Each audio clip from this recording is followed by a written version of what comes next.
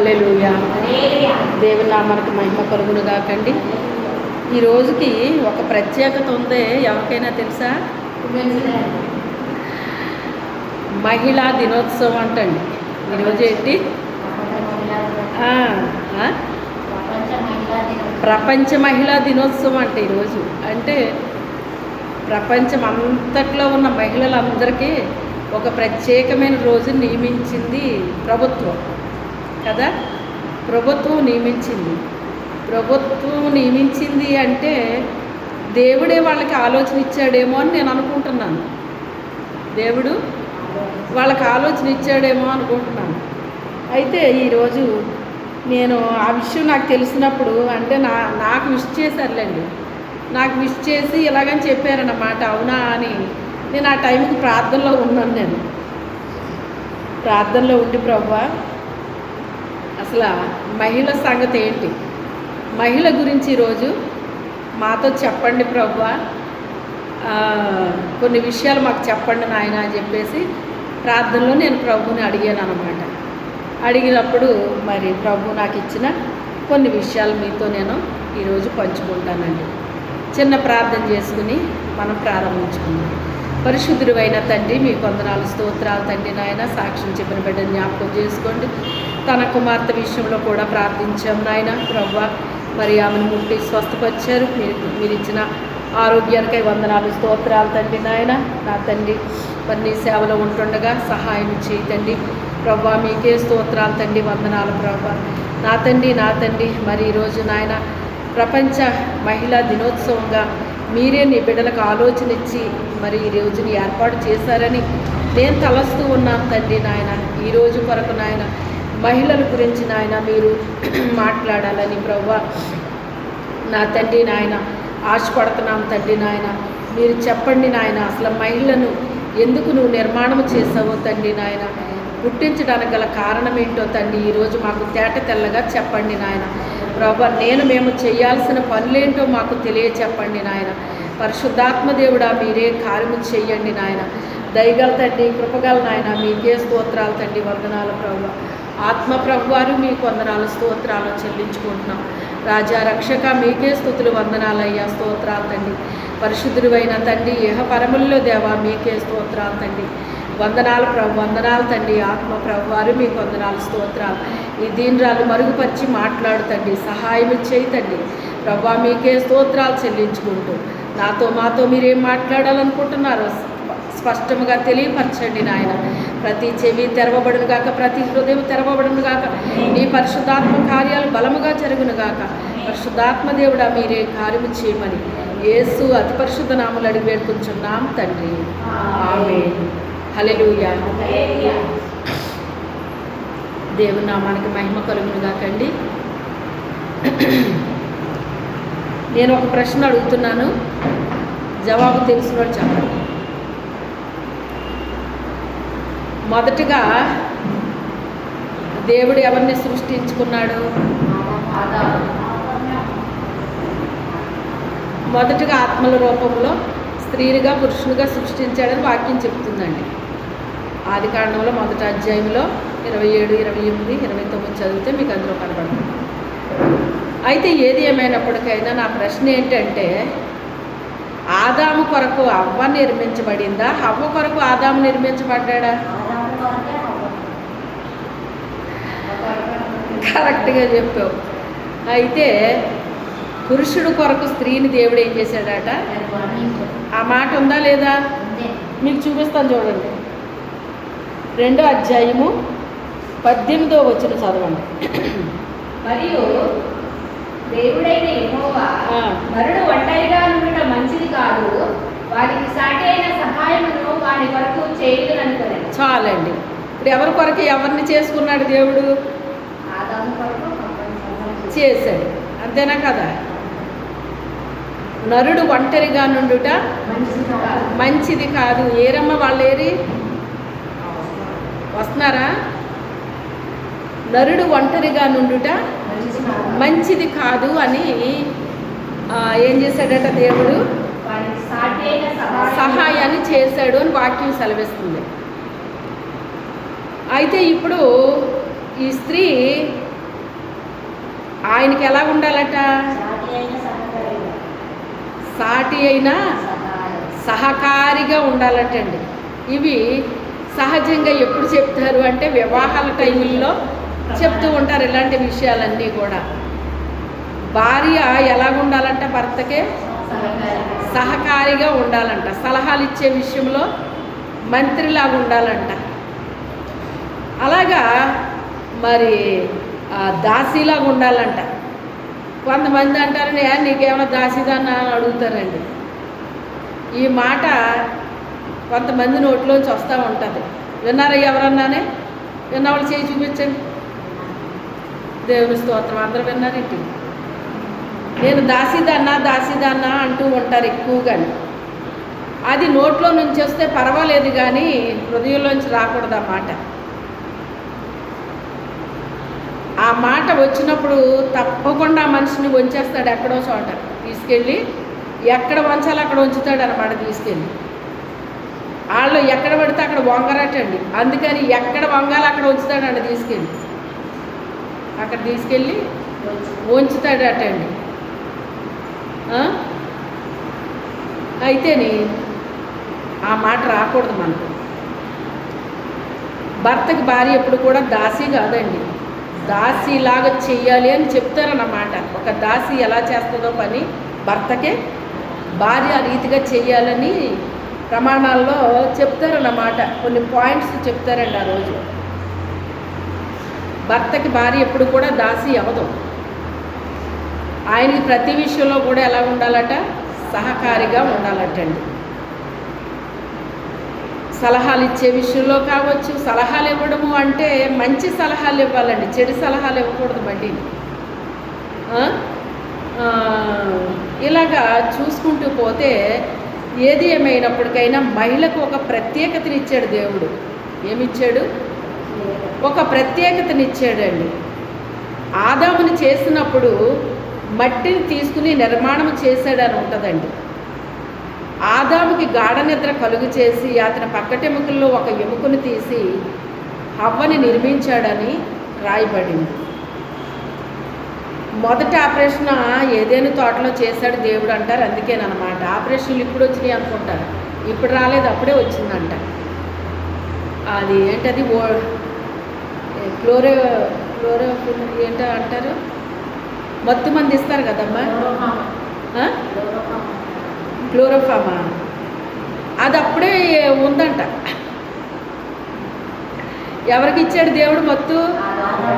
ఆదాముకి ఇచ్చాడు. కొన్ని మత్తులు ఎలా ఉంటాయంటే అండి, అంటే ఆ మత్తు ఇచ్చేటప్పుడు అంట చనిపోయినా ఆశ్చర్యపోక్కర్లేదటండి. మత్తు ఎక్కువైపోయింది అనుకోండి, అలా ప్రాణం పోతుందట వాళ్ళకి. సహజంగా ఆపరేషన్లు చేసే టైంలో వాడేవారంట, ఇప్పుడు కాదులేండి, ఒకప్పుడు. అప్పుడు ప్రాణాలు పోయినాయి అంట కొంతమందికి, ఇక మెలకు రాలేదంట వాళ్ళకి. ఇలా కాదు అనేసి మళ్ళీ దాన్ని కనిపెట్టారన్నమాట.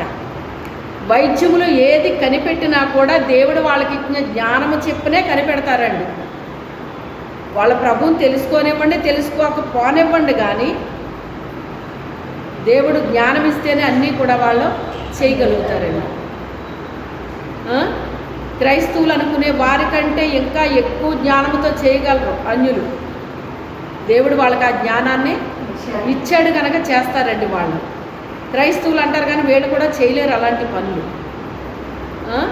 ఇప్పుడు చేస్తున్నారనుకోండి, దేవునికి స్తోత్రం. ఎప్పుడు కూడా మనము ఎందుకు పనికిరాని వేస్ట్ కార్డులా ఉండకూడదు. దేవుడు బిడ్డలము అంటే ఇంకా ఎలా ఉండాలి? మనం చురుకుగా ఉండాలి. అది భయము ఇది భయము అనుకుంటే ఇంకెప్పుడు భయం అని ఉండకూడదండి. భయం ఉంటుంది, కానీ మనము ధైర్యం కూడా తెచ్చుకోవాలి. కొన్నిసార్లు ఏం చేయాలి? ధైర్యాన్ని తెచ్చుకోవాలి. ధైర్యాన్ని తెచ్చుకుని ముందుకెళ్ళిపోతూ ఉండాలన్నమాట. అలా అని చెప్పి అనవసరమైన ధైర్యాలు తెచ్చుకోకూడదండి. అవసరమైన టైంలో ధైర్యం తెచ్చుకోవాలి. అది ముఖ్యంగా దైవపరంగా అయిన విషయాలు అయి ఉండాలి కూడా. దేవునికి ఉపయోగపడే విషయంలో కూడా ధైర్యం ఉండాలి మనకి. అది కూడా చాలామందికి నిజంగా జ్ఞానం అనేటువంటిది అది చాలా సింపుల్ అనుకుంటున్నారండి. సింపుల్ కాదండి అది. అది అర్థం కావట్లేదు అసలు. ఏ విషయంలో జ్ఞానము ఉండాలి, ఏ విషయంలో ఉండకూడదు అన్నది కూడా అర్థం కాని స్థితిలో ఉన్నారండి క్రైస్తవులే. అన్యులు కాదండి, క్రైస్తవులు. వాళ్ళ మాట నేను చెప్పట్లేదు. అలా ఉంటున్నారు. అర్థం కావట్లేదు అసలు. ఇది నేను చెయ్యొచ్చా చేయకూడదు అన్నది కూడా వారికి అర్థం కావట్లేదండి. గల కారణం ఏంటి అంటే దేవునితో కనెక్ట్ అయి ఉండట్లేదు వీళ్ళు. దేవునితో సన్నిహిత సంబంధం లేదు. సంబంధం ఉంటుంది కానీ సన్నిహిత సంబంధం ఉండట్లేదు. సంబంధం వేరు, సన్నిహిత సంబంధం వేరు. సన్నిహిత సంబంధం ఉంటే దేవుడు ప్రతి విషయాన్ని చెప్తాడండి. హల్లెలూయా. ఆయన దాచడం. అబ్రహాము గొప్ప జనముగా అవ్వబోతున్నాడు. అబ్రహాంకి ఈ విషయాన్ని దాయను చెప్పేస్తాను అన్నాడా లేదా? సొదొమ గొమొర్రాని తగలెట్టడానికి వెళ్ళినప్పుడు అన్నాడా లేదండి? అయ్యో ప్రభువా అది కాల్చేస్తావా అని అన్నాడు. ఇంకేమన్నా అన్నాడా? ఎందుకు ఆ మాట అన్నాడో దేవుడికి అర్థమైపోయింది. ఎందుకు అన్నాడు ఆ మాట? తన తమ్ముడు కొడుకున్నాడు అక్కడ. అందుకని ఆడి గురించి అబ్రహాం మాట్లాడుతున్నాడో అని అర్థమైపోయింది దేవుడికి. దేవుడు హృదయ అంతరంగాలో ఎరిగినవాడు. మన నోట్లో నుంచి వచ్చింది తెలుసు ఆయనకి, మన హృదయంలో ఉన్నది కూడా తెలుసు దేవుడికి. అయితే ఈరోజు స్త్రీ గురించి విందాము. ఈరోజు మనం మొదట హవ్వకి, ఆదాముకి భార్యగా ఆమె నిర్మాణం చేశాడు. ఆమెని నిర్మాణం చేసినప్పుడే గమనించండి, ముమ్మూర్తుల ఆదాములాగా చేయలేదు సుమా. కొన్ని డిఫరెంట్ పెట్టాడనమాట. పురుషుడికి వేరేగా, స్త్రీకి వేరేగా పెట్టాడనమాట అండి. అది దైవచిత్త ప్రకారంగానే వాళ్ళిద్దరిని నిర్మాణం చేశాడండి దేవుడు. దైవచిత్త ప్రకారంగా నిర్మాణం చేశాడండి. చేసినప్పుడు మరి వాళ్ళిద్దరినీ కూడా ఫ్యూచర్లో దేవుడు వాడుకోవాలనుకున్నాడు. ఆయన ముందు వాళ్ళని వాడుకోవాలనుకున్నాడు. వాళ్ళ ద్వారా సంతాన ఉత్పత్తి జరగాలి అని కూడా ఆయన అనుకున్నాడు. ఆత్మలుగా వాళ్ళని సృష్టించినప్పుడే పలికేశాడు ఆ మాట. ఏమన్నాడు ఆయన? మీరు ఫలించి అభివృద్ధి పొంది భూమిని నిర్మించి. మరి పలికేశాడా లేదా? అప్పటికి ఇంకా నిర్మాణం జరిగిందా? జరగలేదు. జరగకుండానే లేనివి ఉన్నట్లుగా పలికే దేవుడండి మన దేవుడు. హల్లెలూయా. మనం ఇంకా ఏమవుతామో మనకు తెలియదు కానీ మన ఫ్యూచర్ అంతా తెలుసండి ఆయనకి. మనం ఇంకా జన్మ అనేటువంటిది లేకుండానే ఆయన ముందే మన పట్ల ఒక ప్రణాళిక కలిగి ఉంటాడండి. ఆయన మరి వాళ్ళిద్దరూ కలిసి సంతాన ఉత్పత్తి వారి ద్వారా రావాలి అని చెప్పేసి ఆయన ఆలోచించి వాళ్ళకి కొన్ని మార్పులు చేశాడు ఇద్దరికీ. చేసినప్పుడు మరి ఆ యొక్క ఏదైనా తోట వేయటం, ఆ తోటని సేద్యం చేయమని చెప్పటం, ఇదంతా ఆదాముకి చెప్పాడండి. హవ్వకి చెప్పలేదు. అప్పటికింకా ఆమెని నిర్మాణం చేయలేదు. చెప్పినప్పుడు ఆయన ఆ పని చేశాడు. కానీ హవ్వ వచ్చింది. హవ్వ వచ్చిన తర్వాత ఇద్దరూ కలిసి, మీరు గమనించారో లేదో, చిన్ని పిల్లలు ఉంటారు చూడండి, 5 ఏళ్ళు లోపు పిల్లలను మీరు చూసినప్పుడు బాగా చిన్నవాళ్ళు 2 సంవత్సరాలు వచ్చిరని మాటలు మాట్లాడతారా అండి. ఇద్దరు పిల్లలు కలిసారంటే వాళ్ళు ఏం మాట్లాడుకుంటున్నారో మనకేమైనా అర్థమవుతుందండి? ఆ పిల్లలకి అర్థమైపోద్ది. ఇద్దరు మాట్లాడేసుకుంటారు, నవ్వేసుకుంటారు, ఇద్దరు ఏడ్చేస్తారు, కొట్టేసుకుంటారు, అన్నీ అయిపోతాయి వాళ్ళకి. వాళ్ళు మాట్లాడుకునే ఒక్క మాట కూడా మనకు అర్థమవుతుంది. చిన్నపిల్లల భాష అండి అది. ఏంటది? ఏం అర్థమవుతుందిరా మీకు అసలని? నాకు ఒక్క మాట అర్థం అవ్వట్లేదు మీద అంటాం మనం. చిన్నపిల్లల భాష వాళ్ళకి తెలుసండి. అలా తిరిగారు వాళ్ళిద్దరూనే. అవ్వ ఆదాము ఎలా తిరుగుతున్నారు ఏదైనా తోటలో. ఒక చిన్న బిడ్డలు ఎలా మాట్లాడుకుంటారో, ఎలా సంతోషంగా ఉంటారో, ఏ రీతిగా మాట్లాడుకుంటారో అలా మాట్లాడుకుంటూ తిరుగుతున్నారు. అందులోని హ్యాపీగా ఉన్నారండి. ఎందుకంటే మనకులాగా వండుకునే పని లేదండి. ఏ వ్యక్తికి వంట లేదో ఆ వ్యక్తికి చాలా టైం మిగులుతుంది. అవునా కదా చెప్పండి. వంట మొదలు పెట్టాము అంటే వంటకి సంబంధించినవి చాలా మనకి అవసరం ఉంటుంది. అవునా కదా. నువ్వు ఒక్క మనిషికి వంట చేయి, 10 మందికి వంట చేయి. ఒక్క మనిషికి చేసిన అవే కూరగాయలు కావాలి, అదే పప్పులు గుప్పులు కావాలి, అదే నూనె కావాలి, అదే పాత్ర కావాలి. కాకపోతే కొంచెం ఎక్కువ కావాలంతే. ఒక్క మనిషికి చేసే వంట కంటే 10 మందికి చేసే వంటకి ఎక్కువ పడతాయి. పాత్ర పెద్దది పడుతుంది. ఒక మనిషికి ఒక పాత్ర పడుతుంది, 10 మందికి ఒకే పాత్ర పడుతుంది. నన్ను అడిగితే నేను అంటాను, అసలు ఒక్క మనిషి వంట కంటే 10 మంది వంట సులువేమో అనిపిస్తుంది. అవునంటారా కాదంటారా?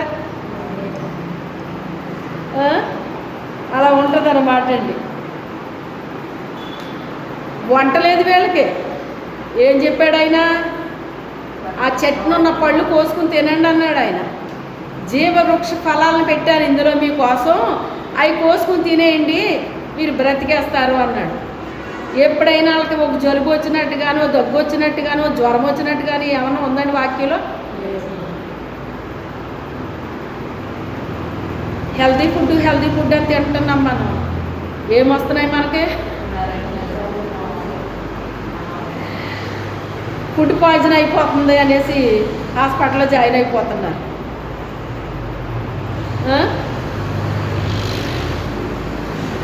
దేవుడు ఆ వంట పని లేకుండా పళ్ళుని తినమన్నాడు ఆయన.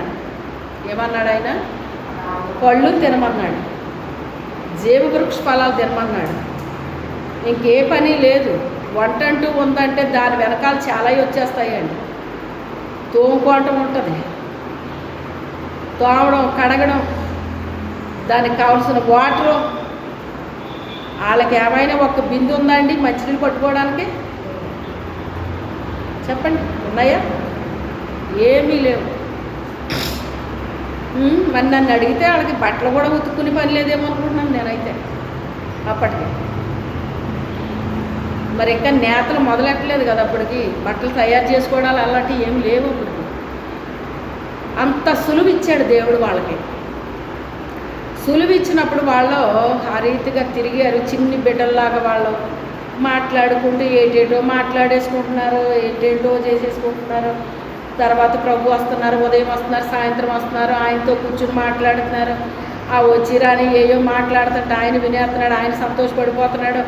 ఆయన పరలోకంలో ఇలా ఉంటుంది అలా ఉంటుంది అని ఆయన చెప్పేస్తున్నాడు. అవునా అలాగా, ఎంతకంటే ఇంకా బాగుంటుంది అక్కడ అని వీళ్ళు అడుగుతున్నారు. అవునా అవునా అని వీళ్ళు అంటున్నారు. అయితే ఎప్పుడు వెళ్ళిపోవాలి పరలోక రాజ్యం? ఓసారి మమ్మల్ని తీసుకెళ్తారా అని అడుగుతున్నారు. ఎంత సంభాషణ జరిగి ఉంటుంది బహుశా, మనకు తెలియదు. కానీ ఎంత హ్యాపీగా ఉన్నారు మొత్తం అంతా కలిసి. కానీ అక్కడ సాతానుడు పొంచి ఉన్నాడండి. ఎక్కడైతే దేవుని యొక్క కార్యము జరుగుతుందో ఆ వెనకాల ఖచ్చితంగా సాతాను ఉంటాడండి. అప్రమత్తంగా ఉండాలి. అందుకే ఎలా ఉండాలి? అప్రమత్తంగా ఉండాలి. సాతానుడు ఉంటాడండి. ఆ సాతానుడు ఏం చేశాడు అంటే సర్పంలో ప్రవేశించి ఏ చెట్టు ఫలాన్ని దేవుడు తినొద్దని చెప్పాడో అదే చెట్టు ఫలాన్ని తినేటట్టుగా వాళ్ళని ఆకర్షించాడు. అవ్వను ఆకర్షించాడు. అవ్వ తిన్నది, తర్వాత భర్తకు పట్టుకెళ్ళింది, ఆయనకి పెట్టింది, ఆయన తిన్నాడు. అంటే ఇదంతా మీకు తెలుసు కనుక నేను టూకీగా చెప్పుకుంటా పోతున్నాను. ఆయన తిన్నాడు, ఇద్దరు కనులు ఒకసారి తెరవబడ్డాయి. అప్పుడు అర్థమైంది నువ్వు స్త్రీవి నేను పురుషుణ్ణి అనేసి. అప్పుడు సిగ్గు వచ్చిందంటాడు. సిగ్గు వచ్చి ఏం చేశారంటే ఏం చేయాలో తెలియక అక్కడ ఉన్న అంజూరపు ఆకుల్ని కుట్టేసుకుని గబగబా వస్త్రాలు తయారు చేసేసుకున్నారండి. వాళ్ళు ఏం చేసుకున్నారు? వస్త్రాలు అప్పుడు తయారు చేశారు. ఆకులతో తయారు చేశారు. ఆకులు ఎంతసేపు ఉంటాయండి? ఎంతసేపు ఉంటాయి? బాగా ఎండిదాకా ఉంటుంది అది మెత్తగానే. బాగా ఎండిపోయిన తర్వాత ఏమైపోద్ది? అది పొడి అయిపోతుంది. ఏమైపోద్ది? పొడి అయిపోద్ది. కానీ వాళ్ళకి అంతే తెలుసు, ఏదో ఒకటి, మొత్తం మీద ఏదో ఒకటి అంతే తెలుసు వాళ్ళకి. ఎంత తెలుసో అంతే చేశారండి. ఈరోజుని కూడా క్రైస్తవులు అని చెప్పబడే వారికి కూడా అసలు రక్షణ అంటే ఏంటో కూడా తెలియట్లేదండి. మారు మనసు పొందడం అంటే తెలియట్లేదండి. బాప్తిసం తీసుకోవడం అంటే తెలియట్లేదండి. మారు మనసు పొందిన తర్వాత బాప్తిసం తీసుకోవాలి. పాప క్షమాపణ నిమిత్తము బాప్తిసం తీసుకోమన్నాడు. మనస్సు మారాలి, అప్పుడు పాప క్షమాపణ నిమిత్తం బాప్తిసం తీసుకుంటే అప్పుడు పరిశుద్ధాత్మ అనే వరం మనకు అనుగ్రహింపబడుతుందట. ఎప్పుడు అనుగ్రహించబడింది? మన మనసు మార్చుకుని ఎప్పుడైతే పాపినని గ్రహించామో, పాపాలు ఒప్పుకున్నామో, విడిచిపెట్టామో, అప్పుడు దేవుడు ఏం చేస్తాడట? ఆ వ్యక్తికి పరిశుద్ధాత్మనే ఒక వరంగా ఇస్తాడట. ఈ పరిశుద్ధాత్ముడు ఏం చేస్తాడంటేనంట, ఈ వ్యక్తికి మనసు మారింది కదా, మనసు మారి దేవుడిని అంగీకరించాడు కదా, అప్పుడు నూతనమైన స్వభావాన్ని కలుగు చేస్తాడట పరిశుద్ధాత్మ దేవుడు. ఈ నూతనమైన స్వభావం అనగా క్రీస్తుని పోలి జీవిస్తారండి. అంటే దేవుని లాగా, దేవుని స్వభావం ఎలాగుంటుందో అలాంటి స్వభావాన్ని ధరింపజేస్తాడటండి పరిశుద్ధాత్మ దేవుడు. నూతనమైన స్వభావాన్ని కలుగు చేయును అని ఉంది అక్కడ. ఆ నూతన స్వభావం ఎవరికైతే ఉందో వాళ్ళు క్రీస్తుతో సహా మరి ఏం చేస్తారు అంటే జీవించడం ప్రారంభిస్తారు. ఎలా జీవిస్తారు? దేవునిలో జీవిస్తారండి. వాళ్ళలోకి ఇప్పుడు ఏమొచ్చింది? జీవం వచ్చింది, సమృద్ధి జీవం వచ్చింది. క్రీస్తుతో కలిసి జీవిస్తున్నారు, క్రీస్తుతో కలిసి నడుస్తారు, క్రీస్తుతో కలిసి ఇక ప్రతీది ఏదైనా కూడా ఇద్దరు కలిసి చేసేటట్టుగా ఉంటుంది పని. మనతో ఎవరు కలుస్తారు? ఇంకా ఆయన కలుస్తారండి. ఆయన కలుస్తారు. తర్వాత ఆత్మ మనల్ని ప్రతి దినము ప్రతి సమయంలో నడిపించడం ప్రారంభిస్తాడు ఆయన. ఈ పరిశుద్ధాత్మని ఎవరమైతే వరముగా పొందుకున్నామో ఆయన మనల్ని సర్వసత్యములోకి నడిపిస్తాడు. ఏం చేస్తాడు? సర్వసత్యములోకి నడిపిస్తాడండి. అంటే ప్రతి దినము కూడా లేవగానే ప్రార్థన చేసుకుంటాం, వాక్యం చదువుకుంటాం, పాటలు పాడతాం, ప్రార్థన చేస్తాం. ఆ ప్రార్థన ఎంతసేపు అడుక్కునేలా ఉండదు. అది చెయ్యి, ఇది చెయ్యి, అది చెయ్యి, ఇది అడుక్కునే ప్రార్థన. మీకు చాలాసార్లు చెప్తాను, అడుక్కునేలా ఉండదు ప్రార్థన. విలువైన ప్రార్థన చేస్తారండి. దేవుని ఆత్మతో మనం ఎప్పుడైతే కలిసామో ఆయన పిచ్చి పిచ్చి ప్రార్థనలు చేయనిస్తాడా? మనల్ని చేయనివ్వడు. విలువైన ప్రార్థనలు దేవుడికి అర్పిస్తామన్నమాట అండి. అంటే ఇప్పుడు ఒక్కళ్ళము ప్రార్థన చేయము, ఆత్మ కలిగి ఉన్న వాళ్ళం ఏం చేస్తామంటే పరిశుద్ధాత్ముడు మనము కలిసి ప్రార్థన చేస్తాం. హల్లెలూయా. భూమి మీద ఇద్దరు ఏకీభవించి ప్రార్థన చేస్తే పరలోకంలో దాన్ని నేను చేస్తానంటాడు దేవుడు. అంటే ఇప్పుడు మనతో పరిశుద్ధాత్మ దేవుడు ఏం చేయాలి? ఏకీభవించాలండి. ఏవండి, మనం శరీరానుసరమైన ఆలోచనలతో, శరీరానుసరమైన ఆశలతో, కోరికలతో ఇలా జీవిస్తే పరిశుద్ధాత్మ దేవుడు మనలో నివసిస్తాడండి? లోకాశ, శరీరాశ, జీవపుడము, నేత్రాశతో మనం ఉన్నప్పుడు పరిశుద్ధాత్ముడు మనలో నివాసం ఉంటాడా? నివాసం ఉంటే ఇలాంటి ఆశలు ఉంటాయా మనలోని? చెప్పండి, ఉంటాయా? క్రీస్తు కొరకు జీవించాలనే ఒక తృష్ణ ఉంటుంది మనలోని. ఏముంటుంది? దేవుని కొరకు నేను బ్రతకాలి, దేవుడు నన్ను నిర్మించుకున్నాడు, ఆయన నా పట్ల ఆయన చిత్తం ఉన్నది, ఆయన ఉద్దేశం ఉన్నది కనుక నేను ఎలా జీవించాలి అంటే నా తండ్రికి నేను ఉపయోగకరముగా నేను ఉండాలి అని ఎప్పుడైతే మనం ఆశపడ్డామో ఆయన ఏం చేస్తాడంటే మనల్ని సర్వ సత్యములోకి నడిపిస్తాడండి. అంటే సర్వ విషయాల్లో సత్యములో మనల్ని నడిపిస్తాడు. హల్లెలూయా. సర్వ విషయాల్లో కొన్ని నీకు అర్థం అవ్వకపోవచ్చు, కానీ ఆయన ఏం చేస్తాడు? మనల్ని నడిపిస్తాడటండి. నడిపిస్తాడు. మనకి తెలియని విషయాల్లో కూడా మనల్ని నడిపిస్తాడు అన్నమాట. ఆ పని నేను ఎందుకు అలా చేశానో నాకు తెలియదు, కానీ నిజంగా దేవుడే నా ద్వారా కార్యాన్ని జరిగించాడు అని మనకు ఆశ్చర్యం కలుగుతుంది, ఆత్మ నడిపింపు కలిగి ఉంటే కనుక.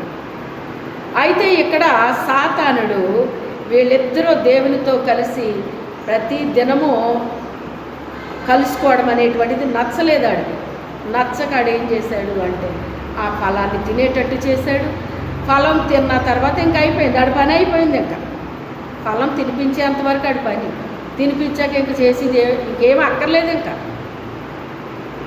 అయిపోయింది కదా. ఇంకా ఆ ఫలము కోసే ఆ చెట్టు దగ్గరికి హవ్వ వెళ్ళినప్పుడు ఆ ఫలము చేత వాడు ఆకర్షించినప్పుడంట పరలోకమంతా నిశ్శబ్దం అయిపోయి చూస్తుందంట. హవ్వ ఏం చేస్తుందని ఆశ్చర్యంగా భయంగా అలా చూస్తుందంట అండి పరలోకం. అంటే ఆమె మీద ఆధారపడి ఉంది ప్రపంచం. దేని మీద ఆధారపడింది? స్త్రీ మీద ఉందన్నమాట. ఇప్పుడు ఈ స్త్రీ ఏం చేస్తుంది ఇప్పుడు అని చెప్పేసి ఉత్కంఠతో ఎదురు చూస్తుందంట పరలోకం. చూసేటప్పటికి ఆమె ఏం చేసింది? ఆకర్షింపబడిపోయింది, ఫలాన్ని కోసేసింది, తినేసినా ఏం అవ్వలేదని భర్తకు పెట్టింది. భర్త కన్నులు కూడా, ఇద్దరు కన్నులు ఒక్కసారే తెరవబడి నేను వాక్యం సెలవిస్తుంది. ఇద్దరు కన్నులు తెరవబడిన తర్వాత అప్పుడు వాళ్ళకి సిగ్గనిపించింది. ఆకుల్ని వాళ్ళ పుట్టుకున్నారు, వస్త్రాల్లాగా ధరించారు. దేవుడు వచ్చేసి ఆదామా నువ్వెక్కడున్నావు అన్నాడు ఆయన. నీ తోటలో నీ స్వరాన్ని విన్నప్పుడు చెట్టు చాటున దాక్కున్నాను. నిజం చెప్పాడు, అబద్ధం చెప్పాడా? నిజమే చెప్పాడు. చెప్పినప్పుడు చెట్టు చాటున దాక్కోవడం ఏంట్రా? నేను తినొద్దన్న ఫలాన్ని తిన్నావా అన్నాడు ఆయన. ఇదిగో ఈ స్త్రీని నాకు ఇచ్చావు కదా, ఈమె వల్ల నేను తినేశాను అన్నాడు. ఇది ఆదాము స్వభావం అండి, ఇది గుర్తుపెట్టుకోండి. నువ్వు ఏదైనా తప్పు చేసినప్పుడు ఎదట వాళ్ళ మీద గంటకూడదు. నువ్వు ఎదట వాళ్ళ మీద కావాలని నువ్వు తోసేస్తున్నావు అంటే నీకు ఇంకా మారు మనసు రాలేదని అర్థం. అక్కడ నువ్వు మారు మనసు పొందితే నువ్వు ఎదరోళ్ళ మీద పెట్టవలాగా.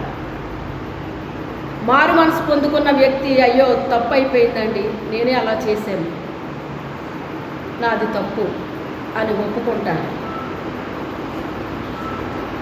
వాళ్ళు నిజమే చెప్తారు. అవతలోళ్ళు చేస్తే అవతలోళ్ళు చేశారని చెప్తారు, వీళ్ళు చేస్తే వీళ్ళు చేశానని ఒప్పుకుంటారు. ఇది వాళ్ళ దగ్గర ఉండేది.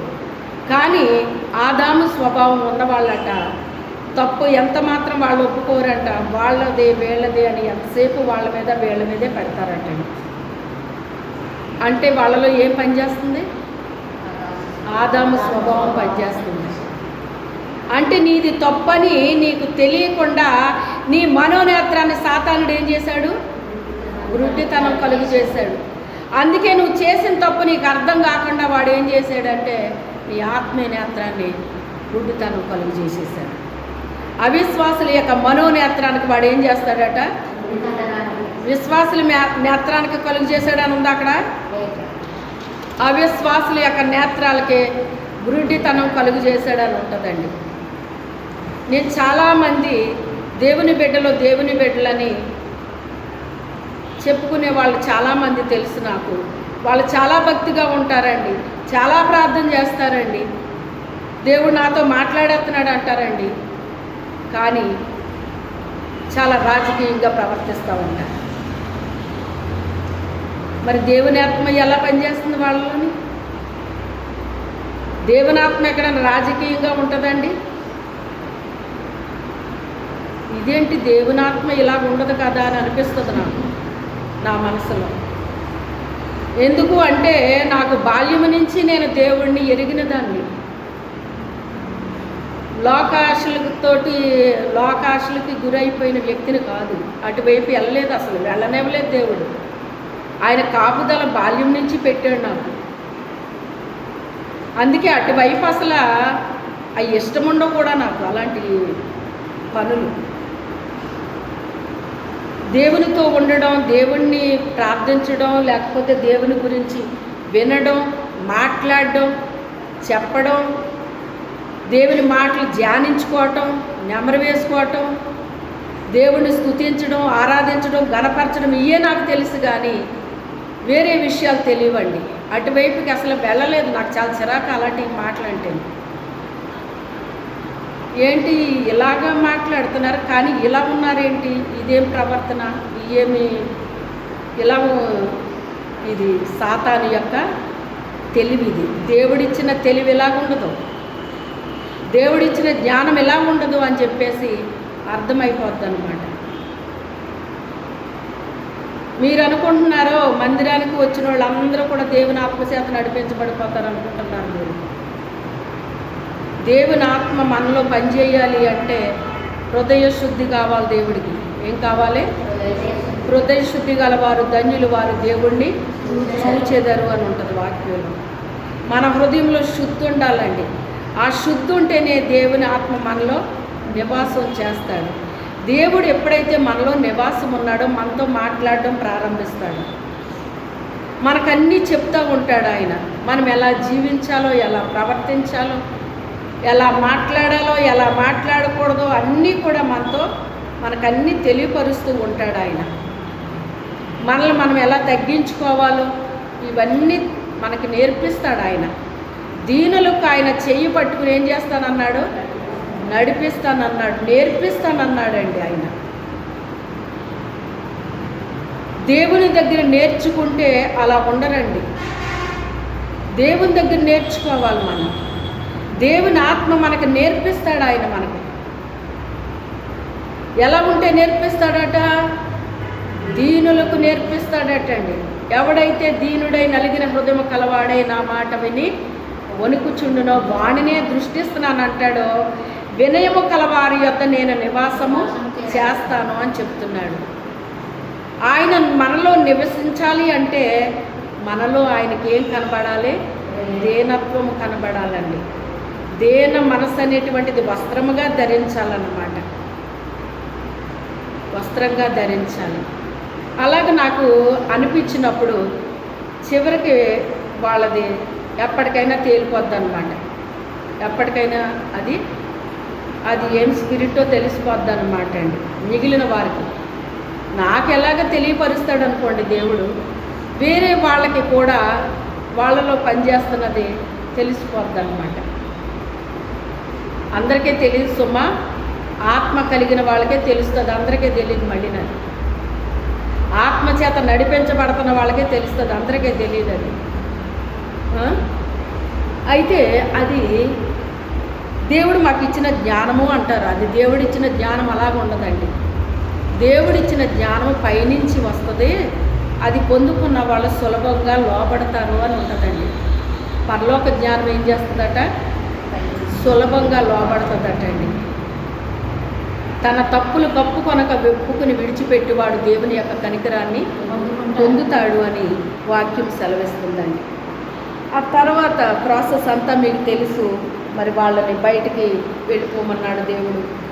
వాళ్ళ కోసం గొర్రెను వధించాడు, చర్మపు చొక్కాలు చేయించాడు. అప్పుడు వాళ్ళకి అవి తొడిగించాడు. ప్రస్తుతం దీంతో కప్పుకోవడం మీ సిగ్గుని అని చెప్పేసి చర్మాన్ని చొక్కాలుగా చేపించి ఇచ్చాడండి.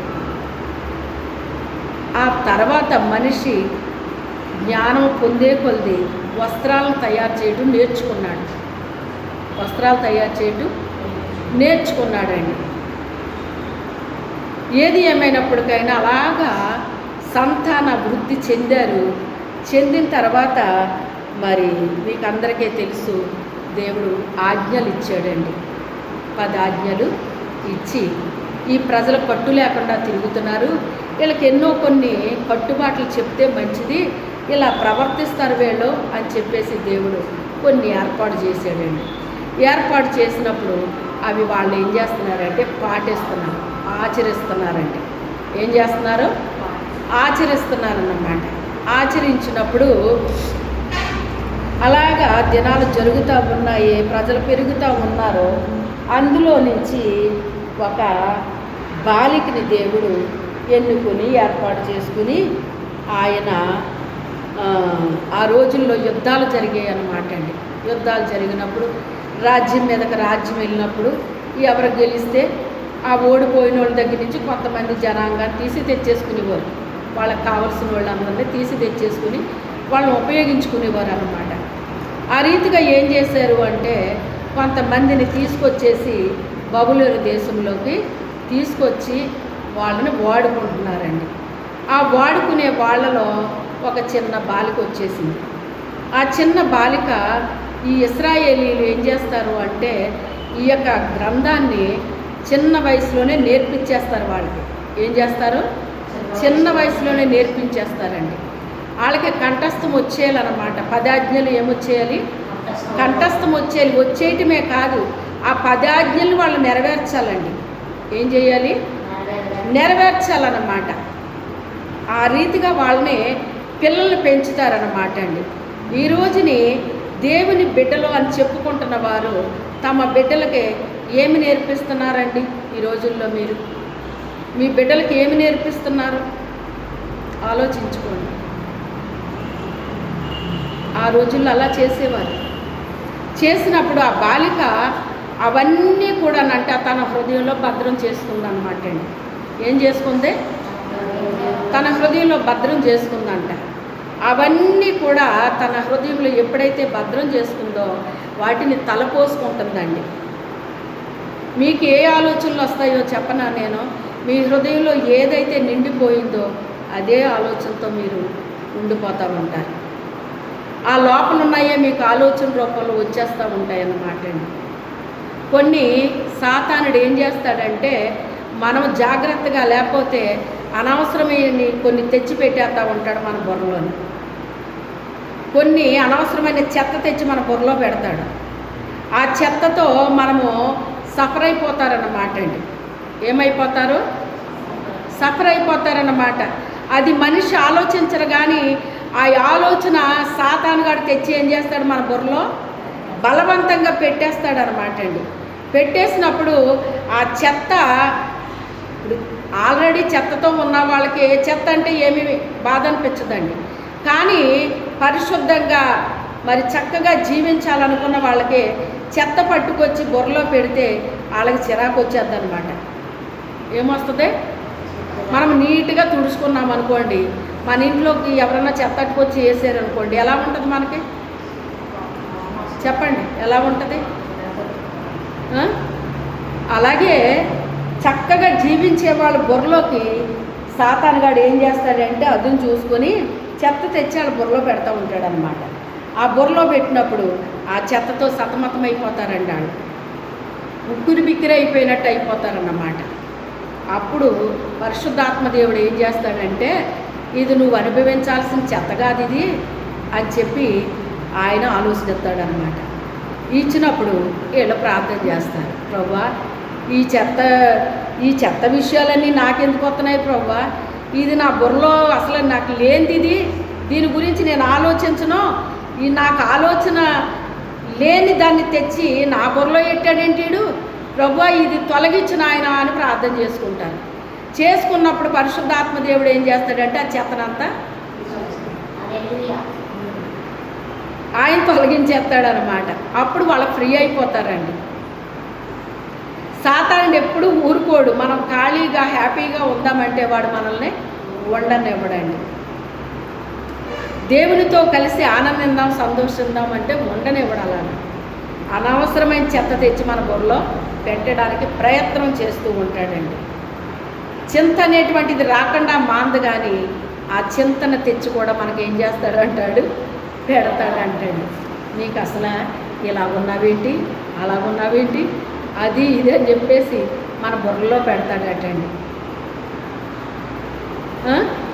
ఇది అందరికీ జరుగుతున్నాయే. ఇవి జరగనోళ్ళు ఉన్నారండి ఎవరన్నానే చెప్పండి? జరగనోళ్ళు అల్లెలి చెప్పండి, జరుగుతున్న వాళ్ళు అల్లెలి చెప్పండి. అది మరి ఎంత షార్ప్గా ఉన్నాడో చూసారాడు. అలా చేస్తాడు. కానీ ఆ యొక్క ఆజ్ఞలన్నిటినీ ఆమె తన హృదయంలో భద్రం చేసుకుందో, తన దేవుని వాక్యాన్ని ఎప్పుడైతే తన హృదయంలో భద్రం చేసుకుందో ఆ బాలిక మరి చక్కగా జీవిస్తుందంటండి. ఉండడం పరాయి దేశంలో ఉంది, కానీ తన వారంటూ తనకెవరూ లేరు, ఒక్కడున్నాడు, అన్నయ్య అవుతాడు ఆయన.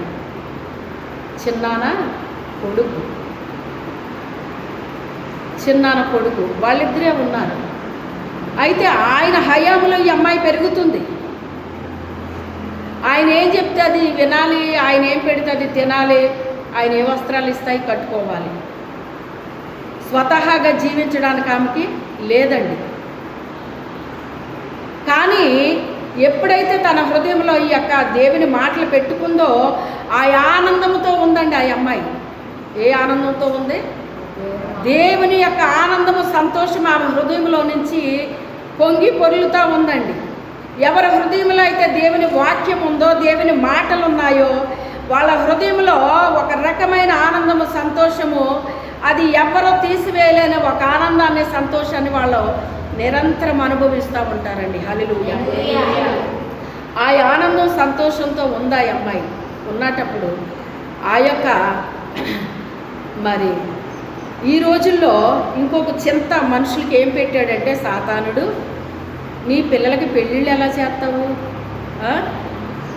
వాళ్ళని పట్టుకుంటే నీ పిల్లలకు పెళ్ళిళ్ళు అవుతాయి, వీళ్ళని పట్టుకుంటే నీ పిల్లలకు పెళ్ళిళ్ళు అవుతాయి అని రకరకాల ఆలోచనలు పెడుతున్నాడంటండి. పెడుతుంటే వీళ్ళు ఏం చేస్తున్నారు అంటే, ఎవరిని పట్టుకుంటే మన పిల్లలకు పెళ్ళిళ్ళు అవుతాయా అని వాళ్ళని పట్టుకుంటున్నారంటే. వీళ్ళు దేవుని బిడ్డలు అయినప్పుడు వాళ్ళని వీళ్ళని పట్టుకోవటం ఏంటండి, నాకు అర్థం అవ్వదు. నువ్వు దేవుడి బిడ్డవైనప్పుడు నువ్వు ఎవరితో ఉండాలి కదా. నువ్వు వాళ్ళతో ఉంటే మనకు సంబంధాలు వస్తాయి, వీళ్ళతో ఉంటే సంబంధాలు వస్తాయి, వాళ్ళతో ఉంటే ఉద్యోగాలు వస్తాయి, వీళ్ళతో ఉంటే ఉద్యోగాలు వస్తాయి. అంటే నీ మనసు ఎవరి మీద పెట్టుకుంటున్నావు? పట్టుకెళ్ళి వాళ్ళ మీద, వీళ్ళ మీద పెట్టుకుంటున్నావు.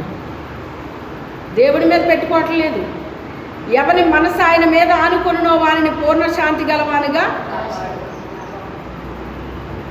ఈ శాంతి సమాధానం ఎందుకు ఉండట్లేదంటే, ఎక్కడ పెడుతున్నారు వీళ్ళ మనసు పట్టుకెళ్ళి వాళ్ళకి వాళ్ళే ఆలోచించేసుకుంటున్నారంటండి. ఈ రోజుల్లో ఏమవుతుందంటేనంటే, ఎక్కువ కుటుంబంలో ఎంతమంది ఉన్నారో అంతమంది అనమాట. తల్లి అయ్యి ఉండొచ్చు, తండ్రి అయ్యి ఉండొచ్చు, అన్నదమ్ములు అయ్యి ఉండొచ్చు, అక్కజెళ్ళు అయ్యి ఉండొచ్చు. వీళ్ళంతా ఒక గ్రూపు లాగా ఫామ్ అయిపోయి ఇక దేవుడితో పని లేదండి వాళ్ళకి. ఇంకా వాళ్ళే ఆలోచించేసుకుని, వాళ్ళే తీర్మానాలు తీసేసుకుని, ఇలా చేస్తే బాగుంటుంది, అలా చేస్తే బాగుంటుంది అనుకుని ఆలోచనకి కర్త అయిన ఆయన వదిలేసేసి వీళ్ళకి ఆలోచించేసుకుంటున్నారటండి. ఏం చేస్తున్నారు? వీళ్ళే ఆలోచించేసుకుని ఇలా చేస్తే బాగుంటుంది, అలా చేస్తే బాగుంటుందని ఈ రకంగా సాతానుడు ప్రస్తుతానికి వర్క్ చేస్తున్నాడని పరిశుద్ధాత్మ దేవుడు నాకు చూపించాడు, తెలియపరిచాడు. కొన్ని కుటుంబాలని చూపించాడండి దేవుడు నాకు. అలా చాలా మంచి విశ్వాసుల్లాగా ఉంటారు వాళ్ళు. ఎంత మంచి విశ్వాసుల్లాగా ఉంటారో, దేవుని యొక్క ఆత్మ కలిగిన వాళ్ళు అంటారు, ఇలాగంటారు, అలాగంటారు. ఇదేంటి ఎంత తేడాగా ఉన్నారేంటి అనుకుంటుంటే, సాతానుడు ఎంత కుయుక్తిగా వాళ్ళని ఏం చేశాడు? మనసులో చెరిపేశాడు. మనసులు కాదు, మనసులు చెరిపేశాడు. ఆ విషయం వాళ్ళకి అర్థం కావట్లేదు. ఆ విషయము వాళ్ళకి అర్థం కావట్లేదు. ఉద్యోగస్తులు కావాలి, ఆడపిల్ల ఉందనుకోండి, ఉద్యోగం చేసి అబ్బాయి కావాలంటున్నారు. ఆ అబ్బాయికి ఆస్తి ఉండాలంటున్నారు, ఆ అబ్బాయికి మంచి ఇల్లు ఉండాలంటున్నారు, మంచి కారు ఉండాలంటున్నారు, మరి అది ఉండాలంటున్నారు, ఇది ఉండాలంటున్నారు. ఆ రీతిగా ఉన్నాయండి ఇప్పుడు ప్రస్తుతానికి ఆలోచనలు అన్నమాట. అంటే వీళ్ళ మనసు నిజంగా దేవుని మీద ఉందంటారా వీళ్ళకి? మరి దేని మీద ఉంది వీళ్ళ మనసు? దేని మీద ఉందండి? ఆస్తులు ఐశ్వర్యం మీద ఉంది, కానీ దేవుని మీద ఉందా అంటున్నాను నేను, ప్రశ్నేస్తున్నాను. ఇలా ప్రస్తుతం జరుగుతున్నది ఇది అని నాకు చూపించాడు, తెలియపరిచాడు. కొన్ని ఫ్యామిలీస్ని చూపించాడు దేవుడు నాకు, కన్నులారా తెలియపరిచాడు ఆయన. ఒకప్పుడు అంటున్నారు కానీ ఒకప్పుడే బాగా భక్తిగా ఉండేవారండి. ఒక్క వ్యక్తి రక్షించబడింది అంటే ఆ వ్యక్తి అనేక మందిని రక్షణలోకి తీసుకొచ్చేసేవారు. వాళ్ళు అప్పటి వరకు వాళ్ళు నిద్రపోయేవారు కాదు. అలాంటి వాళ్ళు సాక్ష్యాలు ఇప్పుడు వినిపిస్తున్నారండి అక్కడక్కడనే. వాళ్ళు ఎప్పటికీ అలాగే ఉన్నారు, వృద్ధులైపోయినా కూడా ఎంత పట్టుదలగా ఉన్నారో వింటున్నారా మీరు అసలు? కానీ ఇప్పుడే బాగా అసలు ఎలాగైపోయారంటే అలా అయిపోతారని రాయబడింది వాక్యంలో. అంచె దినాల్లో మనుషులంట ఎలాగైపోతారని ఉన్నది, బెంకములాడేవారుగా ఉంటారు, స్వార్థ ప్రియులు. ఉన్నదా లేదా? అక్షరాల అది ఇప్పుడు జరుగుతుందండి. ఏం చేస్తుంది? అక్షరాల జరుగుతుంది. ఆత్మలో జన్మించిన వారిని శరీరానుసారంగా జన్మించిన వారు హింసించేస్తారని ఉందండి వాక్యంలో. అది జరుగుతుంది ఇప్పుడు. వాళ్ళ పాప క్షమాపణ నిమిత్తం బాప్తీసం తీసుకుంటారు. యోహాను ఏమన్నాడు? పాప క్షమాపణ నిమిత్తం బాప్తీసం ఇచ్చాను కానీ మీకు, నా వెనుక వచ్చేవాడు నాకంటే శక్తిమంతుడు, ఆయన పరిశుద్ధాత్మలోను అగ్నితోను మీకు బాప్తీసం ఇస్తాడని చెప్పాడా లేదా? ఆయన యోహాను గారు ఎందుకు ఇచ్చాడట బాప్తీసం? వాళ్ళ పాపాలు ఒప్పుకున్నారు, బాప్తీసం ఇచ్చాడు, పాప క్షమాపణ నిమిత్తం ఇచ్చాడు వాళ్ళకి. కానీ అగ్నిలో బాప్తీసం ఎవరిచ్చారు? ప్రభువు ఇచ్చారు. ఎందుకంటే ఆయన పొందుకున్నాడు. అది ఆయన దేవుని దగ్గర నుంచి పొందుకున్నాడు. అది అగ్ని బాప్తీసం ఇవ్వడానికి ఆయనకు అధికారం ఇచ్చాడు దేవుడు. అందుకని ఆయన ఇచ్చాడు పరిశుద్ధాత్మని. అగ్ని బాప్తీసాన్ని ఆయన ఇచ్చాడు. యోహాను గారు ఇవ్వలేదు, యోహాను గారికి ఇవ్వబడలేదు. అది ఆయన నీటి గురించి బాప్తీసం ఇచ్చే అధికారం ఇచ్చాడు కానీ దేవుడు అగ్ని బాప్తీసం ఇచ్చే అధికారం ఇవ్వలేదు. ఆ తర్వాత యేసు ప్రభు తర్వాత కొంతమందికి ఇచ్చాడు ఆ అధికారాన్ని, అగ్ని బాప్తీసం ఇచ్చే అధికారాన్ని కొంతమందికి ఇచ్చాడు. అందుకే వాళ్ళ ప్రార్థన చేసినప్పుడే అగ్ని కుమ్మరించబడుతుందండి, వేరే వాళ్ళు చేస్తే రాదది.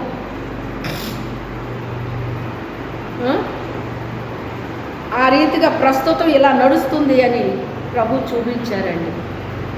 మళ్ళీ మాట్లాడితే దేవుడు దేవుడు అన్న మాటే వస్తుందండి వాళ్ళ నోట్లో నుంచి, రెండో మాట రాదు. కానీ నోటి మాట దేవుడికి తెలుసు, హృదయం కూడా దేవుడికి తెలుసండి. అది తెలిసి ఇది తెలుసు దేవుడికి. నోట్లోంచి వస్తుంది ఆ మాట, హృదయంలోంచి వస్తుంది ఆ మాట, అన్నీ తెలుసు ఆయనకి. అక్కడ ఆ అమ్మాయి పెరిగింది, యవనస్తురాలు అయ్యింది. యవనస్తురాలు అమ్మాయికి ఏమవ్వాలండి? వివాహం అవ్వాలి కదా. మరి వివాహం గురించి ఎవరు ఆలోచించాలి? ఎవరు ఆలోచించాలి ఇప్పుడు ఆమె కోసం? చెప్పండి. ఆమె గురించి రాయబడినప్పుడు ఏమని రాయబడిందంటే తల్లిదండ్రులు లేని దయ్యం రాయబడింది ఆమె గురించి. ఇప్పుడు మీకు గుర్తొచ్చేయాలి ఆ అమ్మాయి ఎవరు? ఎస్తేరుకి తల్లిదండ్రులు లేని దయ్యం ఉన్నదని రాయబడలేదా? దేవుడు ఆలోచించాడట ఆమె వివాహం కొరకు. ఏం చేశాడు ఆయన? దేవుడు ఆలోచించాడంట. ఆలోచించి ఆమెకి వివాహానికి తలపెట్టాడటండి దేవుడు. నిజముగా దేవుణ్ణి కలిగి ఉన్న బిడ్డ కొరకు ఎవరు ఆలోచిస్తారో తెలుసా? దేవుడు ఆలోచిస్తాడండి.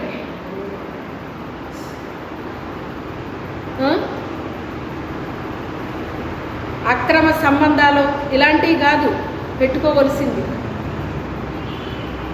దేవునితో పెట్టుకోవాలి సంబంధం, దేవునితో ఉండాలి అనుబంధం.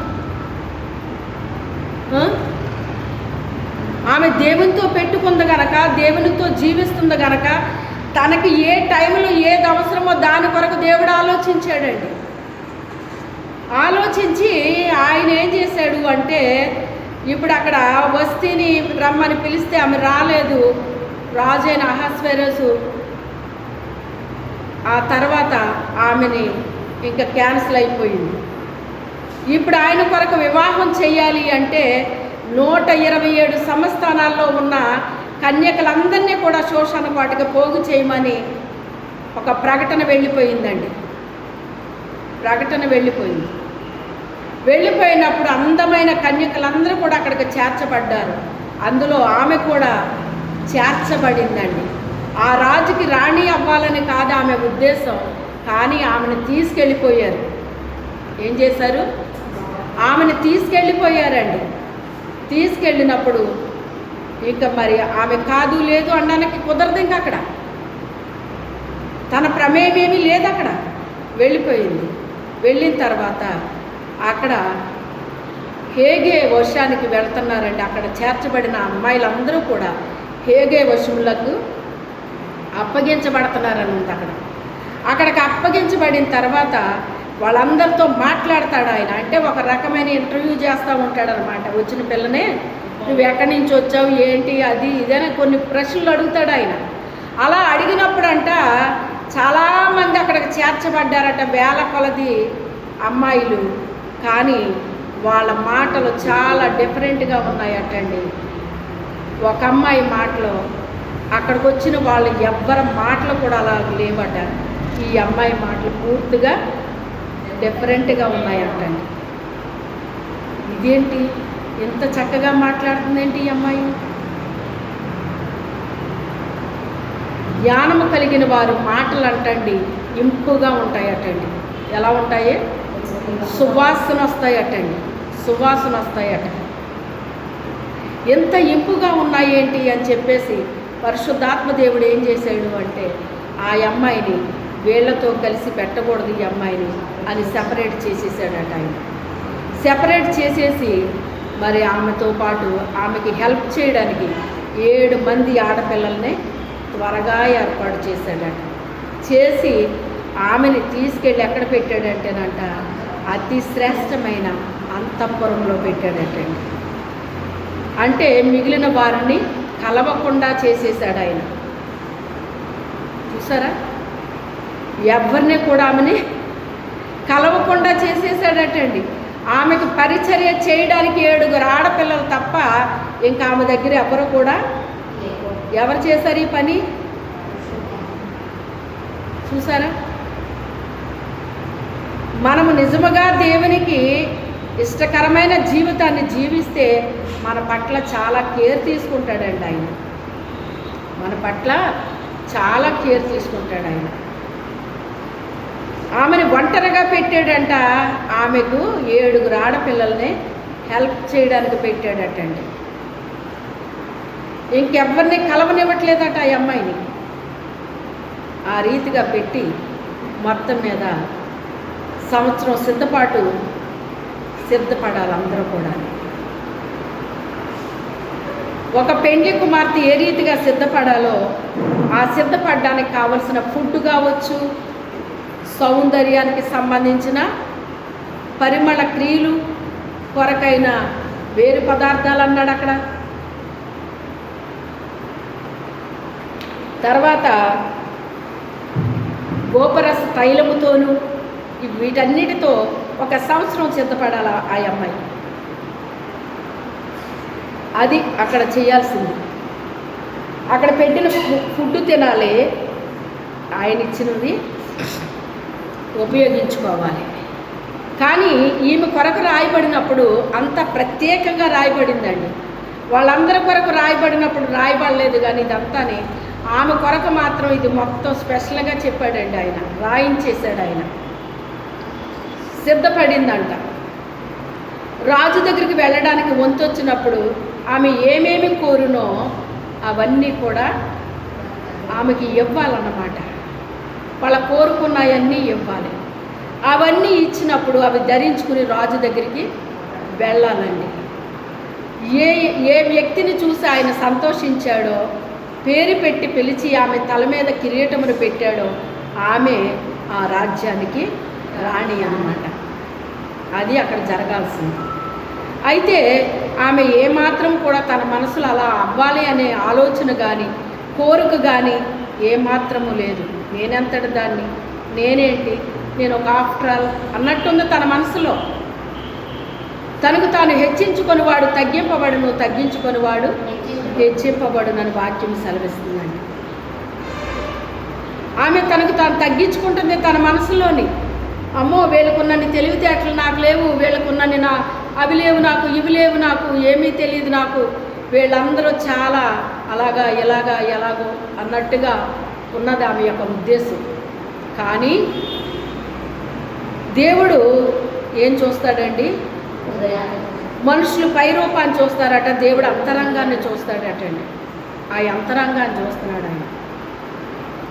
చూసినప్పుడు ఆమె వంతు వచ్చింది. అమ్మా నీకేం కావాలి, నీకేం కావలసిన ఇస్తాము, అవి ధరించుకుని వెళ్ళు అని చెప్తే, నాకు తెలియదండి, నేనేం ధరించుకోవాలో నాకు తెలియదు, మీరు చెప్పండి, మీరు చెప్తే అప్పుడు నేను ధరించుకుంటాను అంటాను. ఇదేంటమ్మా ప్రతి ఒక్కరు ఇంక ఇదే, నేను రాణి అవుతానో లేదో నాకు తెలియదు, కానీ ఈ అవకాశం మళ్ళీ నాకు వస్తుంది ఏంటి అని చెప్పేసి వాళ్ళకి ఇష్టం వచ్చినట్టు కోరికలు కోరేసుకుని వాటిని ధరించుకుంటున్నారో, ఈ అమ్మాయి ఏంటి ఇలా మాట్లాడుతుంది అని చెప్పి ఆయన, లేదమ్మా నీకు ఇష్టం వచ్చింది ఏదైనా అడుగు అంటే, లేదు నాకు వద్దండి, మీరు ఎలాగ నన్ను అలంకరిస్తారో మీ ఇష్టమండి, మీరు ఏ ఇస్తే అయ్యే ధరించుకుంటానండి అంటుంది ఆమె. ఆ మాట ఎక్కడి నుంచి వస్తుంది? నోట్లోంచి వస్తుందా, హృదయంలోంచి వస్తుందా? హృదయంలోంచి వస్తుంది. అంటే అక్కడ ఉన్న వాటికి ఆమె ఆకర్షింపబడిందా? సాతానుడు మనకి కంటికి కనిపించే వాటి చేత మనల్ని ఆకర్షించుకోవడానికి చూస్తాడు, చాలా ఆకర్షణలు కలుగు చేస్తాడు మనకి. కానీ వేటి చేత కూడా ఆమె ఆకర్షింపబడలేదట. ఇది ధరించుకుంటే రాజు నన్ను కోరుకుంటాడేమో అని ఆమె అనుకోలేదటండి. అనుకోకుండా ఆమె వెళ్ళినప్పుడు పరిశుద్ధాత్ముడు నిర్ణయించిన అలంకారము గాక మరి ఏమీ కూడా ఆమె కోరుకోలేదని వాక్యం చెప్తుందండి. పరిశుద్ధాత్ముడు ఏం అలంకరిస్తాడు ఆయన? అది పేతురు గారు రాస్తున్నాడు. సాధువైనట్టు మృదువైనట్టు అక్షయ అలంకారం అనే గుణాన్ని మీరు కలిగి ఉండండి, ఇది దేవుని దృష్టికి మిగులా విలువ కలిగింది అన్నాడు ఆయన. అంటే సాధువైనట్టు అంటే గొర్రె పిల్ల లాంటి స్వభావం అండి. బొచ్చు కత్తిరించు వాని ఎదుట ఎలాగ మౌనంగా ఉంటుందో అలా మౌనంగా ఉన్నాడట ఆయన. ఎవరి ముందు? ఆయన మీద నిందలు వేసేవారి ముందు, ఆయన ఎగతాళి చేసేవారి ముందు, ఆయన రకరకాలుగా మాట్లాడుతున్న వారి ముందు పిడిగుద్దులు గుద్దుతుంటే ఆయన ఎలా ఉన్నాడో మౌనంగా ఉన్నాడటండి. అది గొర్రె పిల్ల స్వభావం అంటే. నువ్వు ఇలాగంట కదా, అలాగంట కదా, అదంట కదా, ఇదంట కదా అంటే ఏ మాటకి ఆయన జవాబు ఇవ్వలేదండి. అందుకే ఆ మాట వాడాడు అక్కడ. బొచ్చు కత్తిరించు వాని ఎదుట గొర్రె ఏ రీతిగా మౌనంగా ఉంటుందో అలా ఉన్నాడు అని రాయబడింది అక్కడ. అంటే దానికి అర్థం ఏంటి అంటే గొర్రె పిల్ల స్వభావం అది. గొర్రె పిల్ల స్వభావం అది. అది ధరించుకుంటున్నారు ఎవరన్నానే? గొర్రె పిల్ల స్వభావం ధరించారా?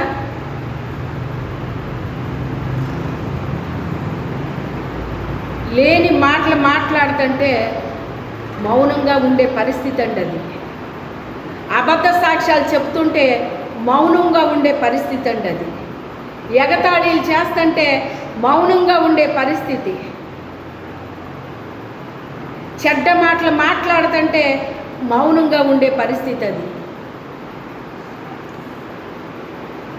చాలా భయంకరమైన మాటలు, చాలా భయంకరమైన మాటలు వినాల్సి వస్తుంది అన్నమాట. ఏ సంబంధం లేని మాటలు వినాల్సి వస్తుందండి. ఎంత గుండె ధైర్యం కావాలి ఆ మాటలు విని నోరు విప్పకుండా మౌనంగా ఉండాలంటే ఎంత ధైర్యం కావాలి. నువ్వు మాట్లాడిన మాటే నువ్వు ఒప్పుకోవు.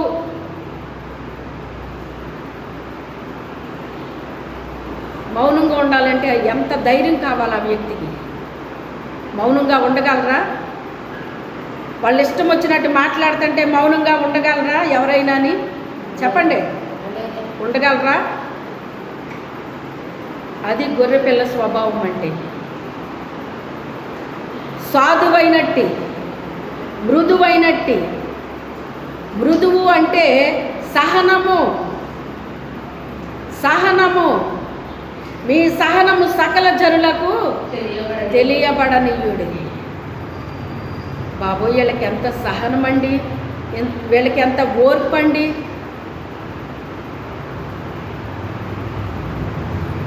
సకల జనులకు తెలియబడుతుందట మన సహనం, ఓర్పు. అది మన క్రియలో కనిపిస్తుంది ప్రజలకి. నాకు చాలా ఓర్పు అండి అని మన నోటి మాటతో చెప్తే వాళ్ళు నమ్మేరు. ఎక్కడ కనపడుతుంది అది?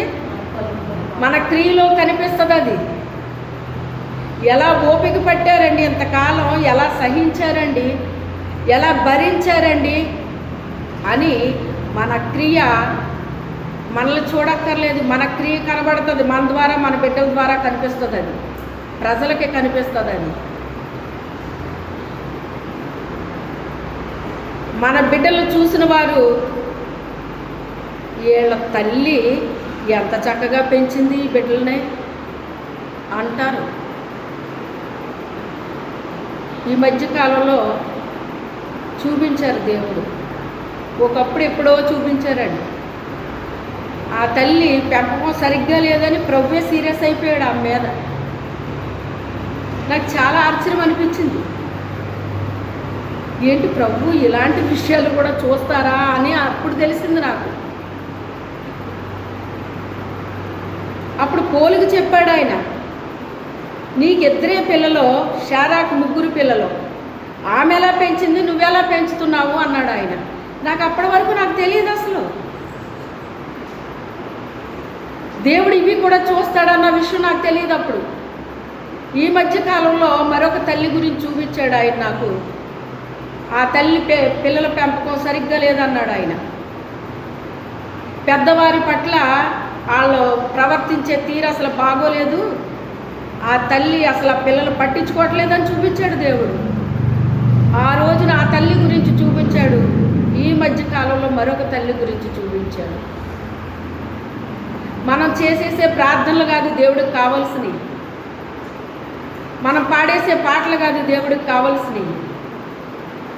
మన హృదయం కావాలి ఆయనకి.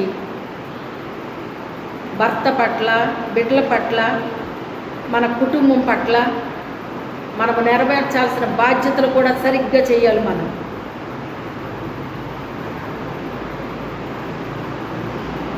దేవుడు చెప్తే నేను మీకు చెప్తున్నాను. చాలా స్పష్టంగా చూపించాడు ఆయన నాకు. పెద్దల పట్ల పిల్లల ప్రవర్తన అసలు సరిగ్గా లేదు, అయినా తల్లి పట్టించుకోవట్లేదు అన్నాడు ఆయన. మనకి దేవుడు బిడ్డల్ని ఇచ్చాడు అంటే ఆ బిడ్డల్ని ఏం చేయాలి? మనం చాలా చక్కగా పెంచాలి. మీకు చాలాసార్లు వచ్చింది ఈ మాట, ఇప్పుడు కాదు చాలాసార్లు వచ్చింది ఇది. వాళ్ళు మొక్క దగ్గర నుంచి వంచితేనే వంగుతారు తప్ప ఎదిగిన తర్వాత వంచుదాము అంటే సమస్య లేదు. వాళ్ళ వంగరు. ఎప్పటి నుంచి వంచుకుంటా రావాలి? వాళ్ళని మొక్కల దగ్గర నుంచి వంచుకుంటా రావాలి, ఉంచుకుంటా రావాలి. అప్పుడు తర్వాత నేను ఇదేంటి ఎలాగెందుకు చెప్పారు ప్రభు అని ఆలోచించుకున్నాను అనమాట. మరలా ఇప్పుడు ఇలాగా చూపించారు. గర్భఫలం ఆయన ఇచ్చు ఆ బహుమానాలను ఎలా పెంచుతున్నాం మనం? మనల్ని ప్రేమించి ఈ పిల్లల్ని ఇస్తే చక్కగా పెంచుతుంది అనే కదా మనం నమ్మి మన చేతిలో పెట్టాడు ఆయన. పిల్లలు లేని వాళ్ళు చాలామంది ఉన్నారు కదా. అలాంటిది మన చేతికి బిడ్డలు ఇస్తే ఆ బిడ్డల్ని ఎంత చక్కగా మనం పెంచుతున్నాం. ఇంకొకటి మీకు తెలుసా? ఆ బిడ్డల్ని చక్కగా తయారు చేసి తీర్చిదిద్ది ఆ పిల్లలు సంఘానికి, సమాజానికి, దేవునికి కూడా ఏమవ్వాలో అలా తీర్చిదిద్దాలి మనం వాళ్ళని. అలా ఎవరు చేస్తున్నారో తెలుసా మీకు? అన్యులు చేస్తున్నారు ఆ పని. ఈ రోజుని అన్యులు పిల్లలు చూడండి ఎంత చక్కగా తయారు చేస్తారు. వాళ్ళు మొదటి నుంచి వంచేస్తారండి. వాళ్ళు క్రమశిక్షణలో పెరుగుతారు ఆ పిల్లలు. అస్తవ్యస్తంగా తిరగనివ్వరాళ్ళు. మొన్నే చెప్పాను మీకు ఒక డాక్టర్ గారి గురించి. ఆయన గోల్డ్ మెడలిస్ట్ అన్నమాట అండి. ఇక్కడ కాదు, లండన్లో చదివాడట ఆయన. ఆయన తండ్రి అన్న మాటలు చెప్తున్నాడండి. ఈ మధ్యకాలంలో ఆయన చెప్తున్నారన్నమాట. చాలా క్రమశిక్షణలో పెంచి కనీసం టీవీ కూడా చూడనిచ్చేవాడు కాదటండి ఆయన. పిల్లోడు చూస్తాడేమో అని టీవీ కూడా లేకుండా చేశాడంటే, ఇంట్లో కట్ చేయించేసాడట దాన్ని. నా గురించి మా తల్లిదండ్రులు కూడా సఫర్ అయిపోయారన్నాడు ఆయన. ఆ తండ్రి అన్నాడట ఒక రోజుని, నువ్వు బతుకుతున్నావు, కుక్క బతుకుతుందిరా, బ్రతకడానికి పెద్ద ఇదేమి లేదు, బయట అది బతుకుతుంది, నువ్వు బతుకుతున్నావు, నిన్ను దేవుడు పుట్టించాడంటే. అంటే ఒక అన్యుడు మాట్లాడే మాట ఎంత శ్రేష్టమైన మాట్లాడాడు. దేవుడు బిడ్డలం అంటున్నారు, కానీ ఏళ్ళకే లేదు జ్ఞానం అనిపించింది నాకు. ఎంత ఆశ్చర్యమో చూడండి. దేవుడు ఈ భూమి మీదకి నిన్ను పంపాడు అంటే నువ్వు ఏమి అవ్వాలి, ఒక ప్రయోజకుడు అవ్వాలి, ఉపయోగపడాలిరా అని చెప్పాడటండి ఆయన. కుక్క బతుకుతుంది, నువ్వు బతుకుతున్నా, బతకడానికి కాదురా, నీ వల్ల ఉపయోగం ఉండాలి అన్నాడంట ఆయన.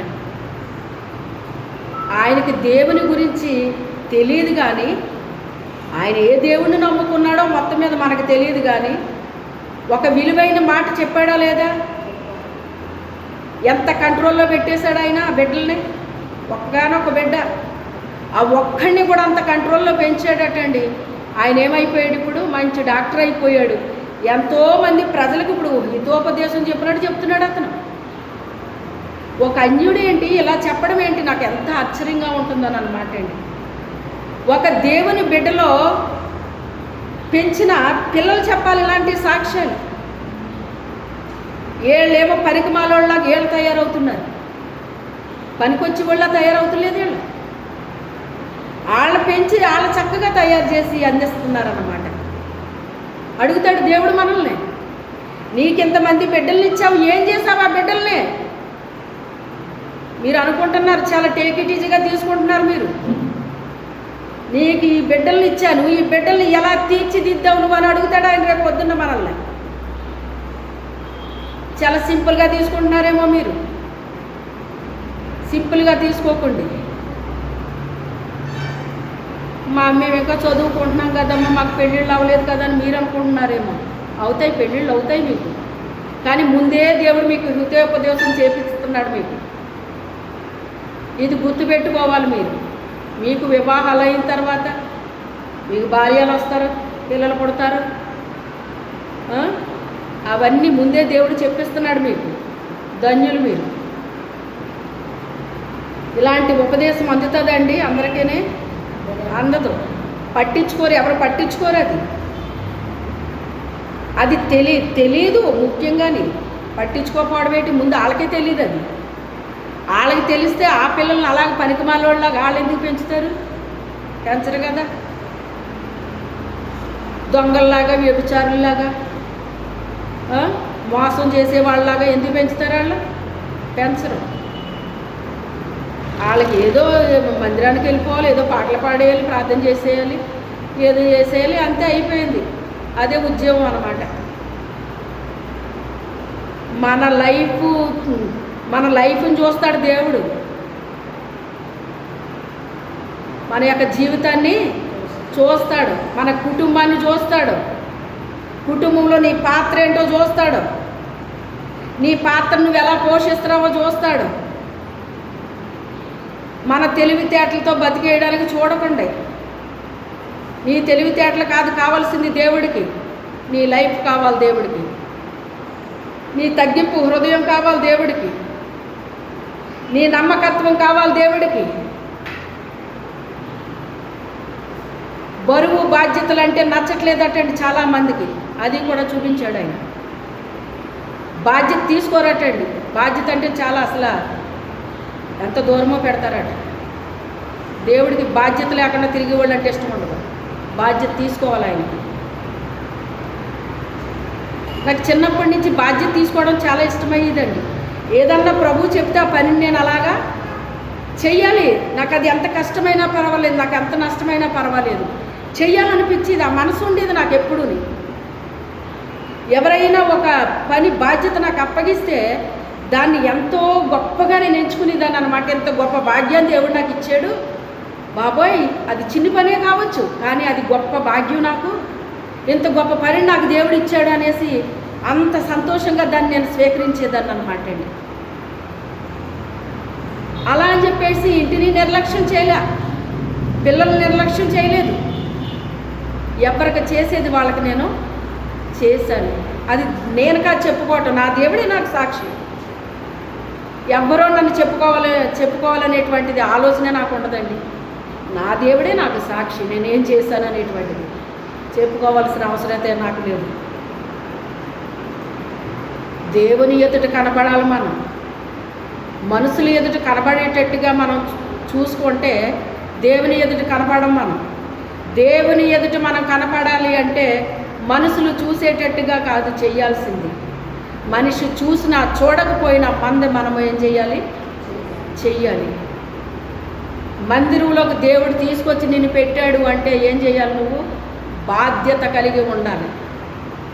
ఏ బాధ్యత దేవుడు నీకు అప్పగించాడో ఆ బాధ్యతను నువ్వు నెరవేర్చాలి. నీ వంతు పని నువ్వు చెయ్యాలి. నీ పిల్లల వంతు పని నీ పిల్లలతో చేపించాలి. నీ భర్త వస్తే భర్త చేయాల్సిన పని భర్తతో చేపించాలి. మన ఫ్యామిలీ అంతా కూడా ఏం చెయ్యాలి? ఉపయోగకరమైన బిడ్డలుగా ఉండాలండి. దేవునికి, సంఘానికి, సమాజానికి ఉపయోగకరమైన ఫ్యామిలీగా ఉండాలి మనం. అలా ఉండాలి మనం. దేవుడు మనల్ని ఈ లోకంలో ఊరికినే పంపించేయలేదు. మనల్ని కొన్ని కోట్ల అణువుల్లో నుంచి మనల్ని గెలిపించాడట దేవుడు, నిన్ను నన్ను. అందుకే భూమి మీద ఒక మనిషిలాగా మనం బ్రతుకుతున్నాం. ఆయన ఏదో ఇచ్చేస్తున్నాడు, తినేస్తున్నాం, ఏదో ఇచ్చేస్తున్నాడు, కట్టేసుకుంటున్నాం, అవసరాలు తీర్చేస్తున్నాడు, అన్నీ అయిపోతున్నాయి, రోజులు గడిచిపోతున్నాయి. ఇంతేనా మనకి? ఆలోచించండి. ఆమె ఒక బాధ్యత కలిగిన బిడ్డగా పెరిగిందండి. ఎలా పెరిగింది? ఒక బాధ్యత కలిగిన బిడ్డగా పెరిగింది. అది పరాయి దేశమే కావచ్చు కానీ తన దేవుణ్ణి తను విడిచిపెట్టుకోకుండా ఎక్కడ పెట్టుకుంది? గుండెల్లో పెట్టుకుంది. గుండెల్లో పెట్టుకుంది. తన దేవునికి మహిమ రావాలని, ఏ దేవుణ్ణి తన కలిగి ఉందో ఆ దేవుని కొరకు తనకు అప్పగించబడిన పనిని తను చేసి తీరాలని అనేటువంటి ఒక నిర్ణయం అనేటువంటిది హృదయంలో ఉండాలండి. ఆ పని కష్టమై ఉండొచ్చు, దానివల్ల నష్టమే ఉండొచ్చు, దానివల్ల శ్రమే ఉండొచ్చు. కానీ ఈ రోజుని అన్ని రంగాల్లో కూడా స్త్రీలు నిలబడుతున్నారు అంటే దేవుడు నిలబెట్టకుండా నిలబడుతున్నారా? చెప్పండి. ఒక స్త్రీ ఇందిరాగాంధీ 11 సంవత్సరాలు ఏకగ్రీవంగా ఆవిడ ప్రధానమంత్రి చేశారు అంటే అది చిన్న విషయమా? ఆవిడ సంవత్సరానికోసారి యెరూషలేము వెళ్ళి అక్కడ ప్రార్థన చేసేవారని చెప్తున్నారండి. ప్రార్థన చేసేవారట ప్రతిరోజు ఆవిడ, దేశము కొరకు, దేశాల కొరకు. అంత నైపుణ్యతతో ఉండకపోతే ఆవిడ అన్ని సంవత్సరాలు ఎలా చేయగలుగుతుంది? ఆవిడ ఒక స్త్రీ కాదు. ఆవిడ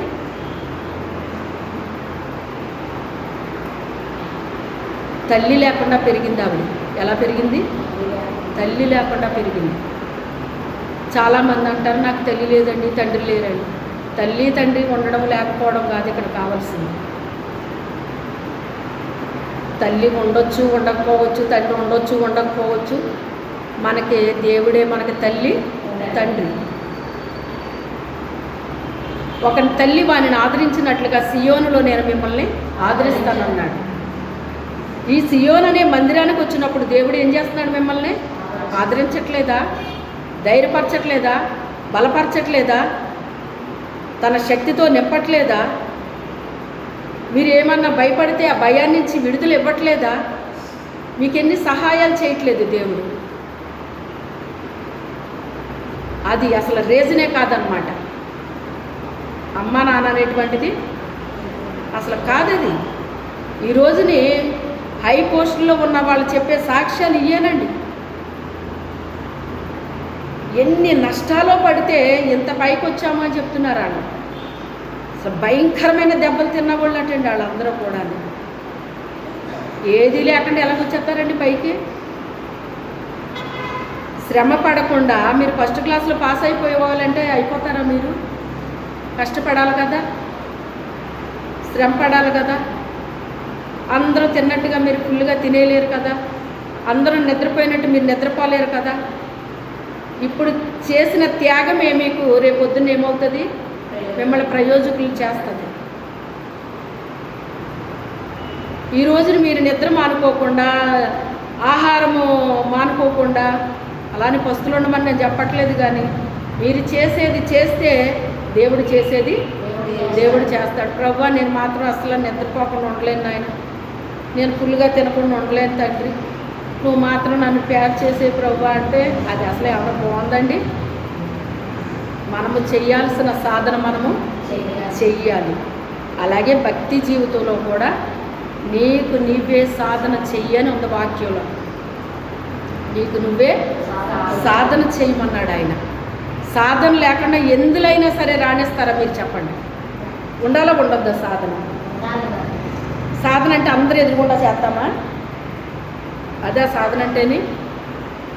నిన్న ఒక ముసలమ్మ 80 సంవత్సరాలు అంటండి ఆవిడికి పల్లెటూరులో ఉందన్నమాట. ఆవిడ తల్లిదండ్రులు చదివించే స్థితిలో లేరంట. ఆమెని ఎంతోగా 8th ఎంతో చదివాను అన్నారు. ఇప్పుడు 80 ఏళ్ళు ఆ ముసలమ్మకి. 80 ఏళ్ళ వయసులోనండి 14 సంవత్సరాల అమ్మాయిలతో పరుగు పందులో పాల్గొని గోల్డ్ మెడల్ కొట్టింది. ఎవరు ఉండాలి ఇప్పుడు అసలు చెప్పాలంటేని? యాక్టివ్గా ఎవరు ఉండాలి? మీరు ఉండాలా, మేము ఉండాలా? ఆ ముసలం ఏమంటుందో తెలుసా? ఎన్ని పథకాలు కొట్టిందో చెప్తుందండి. అవన్నీ వేస్తారన్నమాట మెడలో. గోల్డ్ మెడలో కాంస్య పథకాలు అవి ఇవి అన్నీ పట్టుకుని నిలబడింది. ఎంత యాక్టివ్గా ఉందంటే ఆవిడ. ప్రపంచంలో ఎక్కడికైనా సరే గవర్నమెంట్కి పంపిస్తే నేను అక్కడ కూడా కొట్టుకోతానంటుంది 80 ఏళ్ళ వయసులో. నిజంగా అలాంటి ముసలమ్మ మాలాంటి వాళ్ళకి కూడా మాదిరి అనిపించింది అనమాట. నేను అలాంటి వాళ్ళని తీసుకుంటాను, నేను యవనస్తులు తీసుకోను, నేను నాకంటే పెద్ద వయసులో ఉన్న వాళ్ళు తీసుకుంటాను. మా వారు ఇలాగ అయిన తర్వాత బాగా నేను బలహీన పడిపోయాను అన్నమాట అండి. ఒక రకంగా అంటే నా బాడీ అంతా కూడా శక్తి లేనట్టుగా అయిపోయాను అనమాట. ఏం చేయాలో అర్థం కాని పరిస్థితిలాగా ఇంక అయిపోయింది నా చరిత్ర అన్నట్టుగా అయ్యాను. కానీ అలా అయితే అనుకోవట్లేదు, మనసు ఒప్పుకోవట్లేదు. ఆ మాటకి మనసు అంగీకరించట్లా. శరీరం చెప్తుంది అన్నమాట, అయిపోయింది నీకే. కానీ అప్పుడు దేవుడు ఏం చేశాడంటే 93 సంవత్సరాల వ్యక్తిని తీసుకొచ్చి నా ముందు నిలబెట్టాడు. హల్లెలూయా. 93 ఏళ్ళు ఆమెకు మోకాలు నొప్పి వస్తేనటండి 16 ఆపరేషన్లు అయినాయి అంట. ఏమీ లేదు, ఆమెను అలా చూపించాడు. ఆమెకు 93 ఏళ్ళు అమ్మ నాకు అన్నదే. ఆ ఒక్కటే నా మీద పనిచేసింది అన్నమాట. హల్లెలూయా. అలా బుద్ధి చెప్తాడు దేవుడు మన దగ్గర తీసుకొచ్చి. నీకు అయిపోయింది అంటే నువ్వు నమ్మేస్తున్నావేమో, కానీ నమ్మకో. ఇదిగో 93 ఏళ్ళు ఈ ముసలమ్మ చూడు ఎలా తిరుగుతుందో అన్నాడు. ఆవిడది వైజాగ్ అన్నమాట అండి. బెంగళూరు వచ్చింది. అందరినీ చూడాలనిపిస్తేనంట వచ్చేస్తుందట, ఫ్లైట్ ఎక్కి వచ్చేస్తుందట. దేశ విదేశాలు తిరిగేసిందంట ఆవిడ. భర్త పోయి ఎన్నో సంవత్సరాలు అయ్యిందంట ఆమెకి. కానీ ఆమె జాబ్ చేసిందంటలేండి, జాబ్ చేశారట. అలాగే సేవలో కూడా ఉన్నారన్నమాట ఆవిడ. అనేక మందికి సలహాలు చెప్తూ ఆ రీతిగా ఉంటుందట. వీళ్ళందరినీ చూడాలనిపించిందిరా, అందుకే ఫ్లైట్కి వచ్చేసాను రా అని ఇలా మాట్లాడింది అనమాట. అలా నా భుజం మీద చెయ్యేసి నాతో మాట్లాడింది ఆవిడ. అంటే ఇప్పుడు దేవుడు ఏం చేశాడు నాకు? ఆమెకు 93 ఏళ్ళు, నీ వయసు ఎంత అన్నాడు అన్నమాట. బుద్ధి చెప్పాడా లేదా? ఇప్పుడు నాకు ధైర్యమే కాదు, ఇప్పుడు నా చెంప చెల్లుమనిపించాడు ఆయన. అప్పుడు నాకు అది పనిచేసింది. ఆంటీ, నా కోసమే దేవుడు మిమ్మల్ని తీసుకొచ్చాడు ఈ ఇంటికి. వాళ్ళ ఇంటికి అసలు మరి ఎందుకు వచ్చిందో విచిత్రం అన్నమాట. రావాల్సిన ఆవిడ కాదు అక్కడికి, ఇంకొకరు తీసుకొచ్చారు. అప్పుడు అసలు ఎందుకు తీసుకొచ్చారో నాకు తెలియదురా, ఇక్కడికి ఇలాగ వచ్చాను అన్నదన్నమాట. నా కోసం తీసుకొచ్చారా ఆంటీ అన్నాను. ఎందుకు తీసుకొచ్చాడు ఆయన? నా కోసం తీసుకొచ్చాడా ఆంటీ అన్న. ఏం భయపడకురా, ఎందుకు భయపడాలి మనం, ఏం కాదు, దేవుడు నేను వాడుకుంటాడమ్మా, అలాగా ఇలాగనేస్తుంది ఈజీగా నన్ను. పోనీ నేనేం చెప్పలేదు, ఏం లేదు, చాలా ఈజీగా మాట్లాడేసింది ఆవిడ. అలాగరా ఎక్కడికైనా ఇలాగా వెళ్ళాలనిపిస్తే వెళ్ళిపోతాను రా, వెళ్ళేసి తిరిగేసి వెళ్ళిపోతాను రా, నా మోకాలు పనిచేయదమ్మా, 16 ఆపరేషన్లు అయినాయి అమ్మా అన్నది ఆవిడ. ఎంత ఆశ్చర్యమో చూడండి. అది మాత్రం నాకు ఇంకా చెంప చెల్లుమన్నట్టు అనిపించింది అన్నమాట. అది తీసుకున్నాను నేను మనసులో. ఇంత వయసులో ఈవిడ ఇలా ఉన్నారంటే ఇంకెలా ఉండాలి అని నాకు ఆ మాట ఒక బూస్ట్లా పనిచేసింది అనమాట అండి. హల్లెలూయా. అలా తీసుకోవాలండి మనం. ఎలా తీసుకుంటారంటే 93 ఏళ్ళ వయసులో ఇలా తిరగటం అవసరమా ఈవిడి? ఇలాగ అనుకునేవాళ్ళు లేరా? అనుకుంటారు అనుకోరా? కూర్చుంటే లేదంట, మోకాళ్ళు పని చేయమంట, ఈ వయసులో ఈవిడ తిరగటం అవసరమా, ఇలాగా ఈ ఊళ్ళంతా తిరగటం అవసరమా అని అనుకుంటారు అనుకోరా? కానీ నాకు అనిపించింది, నా కోసమే దేవుడు ఈవిడ ఎక్కడికి తీసుకొచ్చాడు అనిపించిందండి. ఆ మాట నాకు చాలా బూస్ట్లాగా పనిచేసింది అన్నమాట. చిచ్చి, నేనెందుకు ఇలా ఉండాలి, నా దేవుని కొరకు నేను నిలబడాలి, నా దేవుని కొరకు నేను ఇంకా అంటే అది ఎప్పుడు నాకు ఆరనగ్నిలా మండుతుందిలేండి నా హృదయంలో, అదైతే ఏం కాదు. కానీ కాకపోతే సాతానుడు ఏం చేస్తాడంటే, నువ్వేం చేయలేవు అని ఆడన్నీ అబద్ధాలే చెప్తాడు. వాడు అబద్ధికుడు, అబద్ధానికి జనకుడాడు. ఆ మాటను అసలు నమ్మకూడదు. ఆ మాట నేను నమ్మలేదు. కాకపోతే నాకు కొంచెం ఒక ట్యాబ్లెట్ వేస్తే బలం వస్తుందండి. ఒక్కోసారి మనకి బలం ట్యాబ్లెట్లని ఉంటాయి, అది వేసుకుంటే ఏమొస్తుంది మనకి? వస్తుంది కదా. ఇప్పుడు ఏమి ఇచ్చాడు నాకు ఆయన? ఆ మాట ఒక ట్యాబ్లెట్లాగే వేసాడు. ఇప్పుడు నాకు పనిచేసిందా లేదా? ఇప్పుడు అది పనిచేసింది. అదన్నమాట. అలాగే నా ద్వారా కూడా కొన్ని మాటలు మీతో చెప్తున్నప్పుడు మీకు కూడా ఎలా పనిచేస్తాయి? ట్యాబ్లెట్లో పనిచేస్తాయి, బూస్ట్లో పనిచేస్తాయి, చెంప చెల్లి అనిపించినట్టు ఉంటాయి, చాలా రకాలుగా ఉంటాయి. కాకపోతే అది తీసుకోవాలి మనం, వినేసి వదిలేయడానికి కాదు ఇది. అయితే ఆవిడ సాధువైనట్టు మృదువైనట్టు అక్షయ అలంకారం అనే గుణాన్ని మీరు కలిగి ఉండండి, ఇది దేవుని దృష్టికి మిగుల విలువ కలిగిందన్నాడు. ఆ విలువైన గుణాన్ని కలిగి ఉందండి ఆవిడ. అది ఆవిడ కలిగి ఉన్నది. ఆ గుణం ఏం చేసింది? ఇప్పుడు ఆవిడని హెచ్చించింది. ఏం చేసింది? హెచ్చించింది. వాళ్ళ అలంకరించుకున్నట్టు ఏమైనా అలంకరించుకుందా? ఏమీ లేవు. కానీ రాజ్య కిరీటం కొట్టేసింది. ఏమైంది? అసలు అనుకుంది అసలనే. నేను ఇక్కడికి వచ్చాక అలాగే అనుకునేదాన్ని, బాబోయ్ వీళ్ళందరూ చాలా తెలివైన వాళ్ళు, వీళ్ళు అలాంటి వాళ్ళు, వీళ్ళు ఎలాంటి వాళ్ళు, వీళ్ళంతా ఎంత శాతలో మొత్తంతా అనుకునేదాన్ని అందరినీ చూసి. నేనేముంది, నాకేం తెలుసు బాబాయ్, నాకేం తెలియదు, ఇదే ఆలోచన నాకు ఎప్పుడు. కాకపోతే తండ్రి అనుకుంటే ఆయన చుట్టూ తిరిగేదాన్ని, అంతే నాకు తెలుసు. నా జీవితంలో, నా భక్తి జీవితంలో నాకు నేనే సాధన చేసుకునేదాన్ని. అది ఎవరో నాకు చెప్పింది కాదది, పరిశుద్ధాత్ముడు నాకు నేర్పించిన ప్రతి పాఠాన్ని నేను నేర్చుకున్నా. ఇప్పుడు ఈ గొర్రె పిల్ల మౌనంగా ఉందే, అవన్నీ అనుభవించాను. నోరు విప్పలేదు, ఎన్ని అనుకున్నా నోరు విప్పలేదు. అవన్నీ నాకు మేలుగా మార్చేశాడు నా తండ్రి. కానీ ఆ టైంలో ఒక్కొక్క మాట వింటంటే గొంతులో పచ్చి వెలక్కాయ పడ్డట్టు ఉంది అంటారు, అలా అనిపించేది ఒక్కోసారి. పచ్చి వెలక్కాయ అంటే అది మెంగలేమంట, అలా ఉంటుందటండి. అలాంటి మాటలు కూడా విన్నప్పుడు చాలా బాధ వేసేసింది అన్నమాట అండి, చాలా బాధ వేసేసి. అయినప్పటికైనా దాన్ని తట్టుకునే శక్తిని ఇచ్చాడు దేవుడు. ఆ మాటలు వాళ్ళు అనకుండా చేయలేదు, నేను వినకుండా చేయలేదు, కానీ తట్టుకునే శక్తిని నాకు ఇచ్చాడు. హల్లెలూయా. శక్తిని ఇచ్చాడు. కొన్నంట వాళ్ళు అనకుండా చేయడట, మనం వినకుండా చేయడట, కానీ విని తట్టుకునే శక్తిని ఇస్తాడట దేవుడు. తట్టుకునే శక్తిని ఇస్తాడు. కానీ అవన్నీ నా మేలుకే జరిగించాడు దేవుడు. అవన్నీ నా మేలుకే జరిగించాడు దేవుడు. మేలుగా మార్చేశాడు వాటన్నిటినీ. ఆమె తల మీద రాజ్య కిరీటం పెట్టాడు ఆయన. కన్యలందరికంటే ఆయన ప్రేమించాడట. స్త్రీలందరికంటే ఆమె మీద దయాదాక్షిణ్యం చూపించాడట. రాజ్య కిరీటం పెట్టాడట.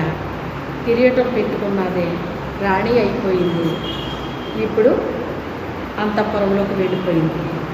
అంతఃపురంలోకి వెళ్ళిపోయింది. చాలా బాగుంది, అంతా బాగుంది. కానీ రాజుగారు ఒక చోట ఉంటున్నాడు, ఈవిడ ఒక చోట ఉంటుంది. అలాగే ఉంటాయట అంతఃపురాలు అనేటువంటివి.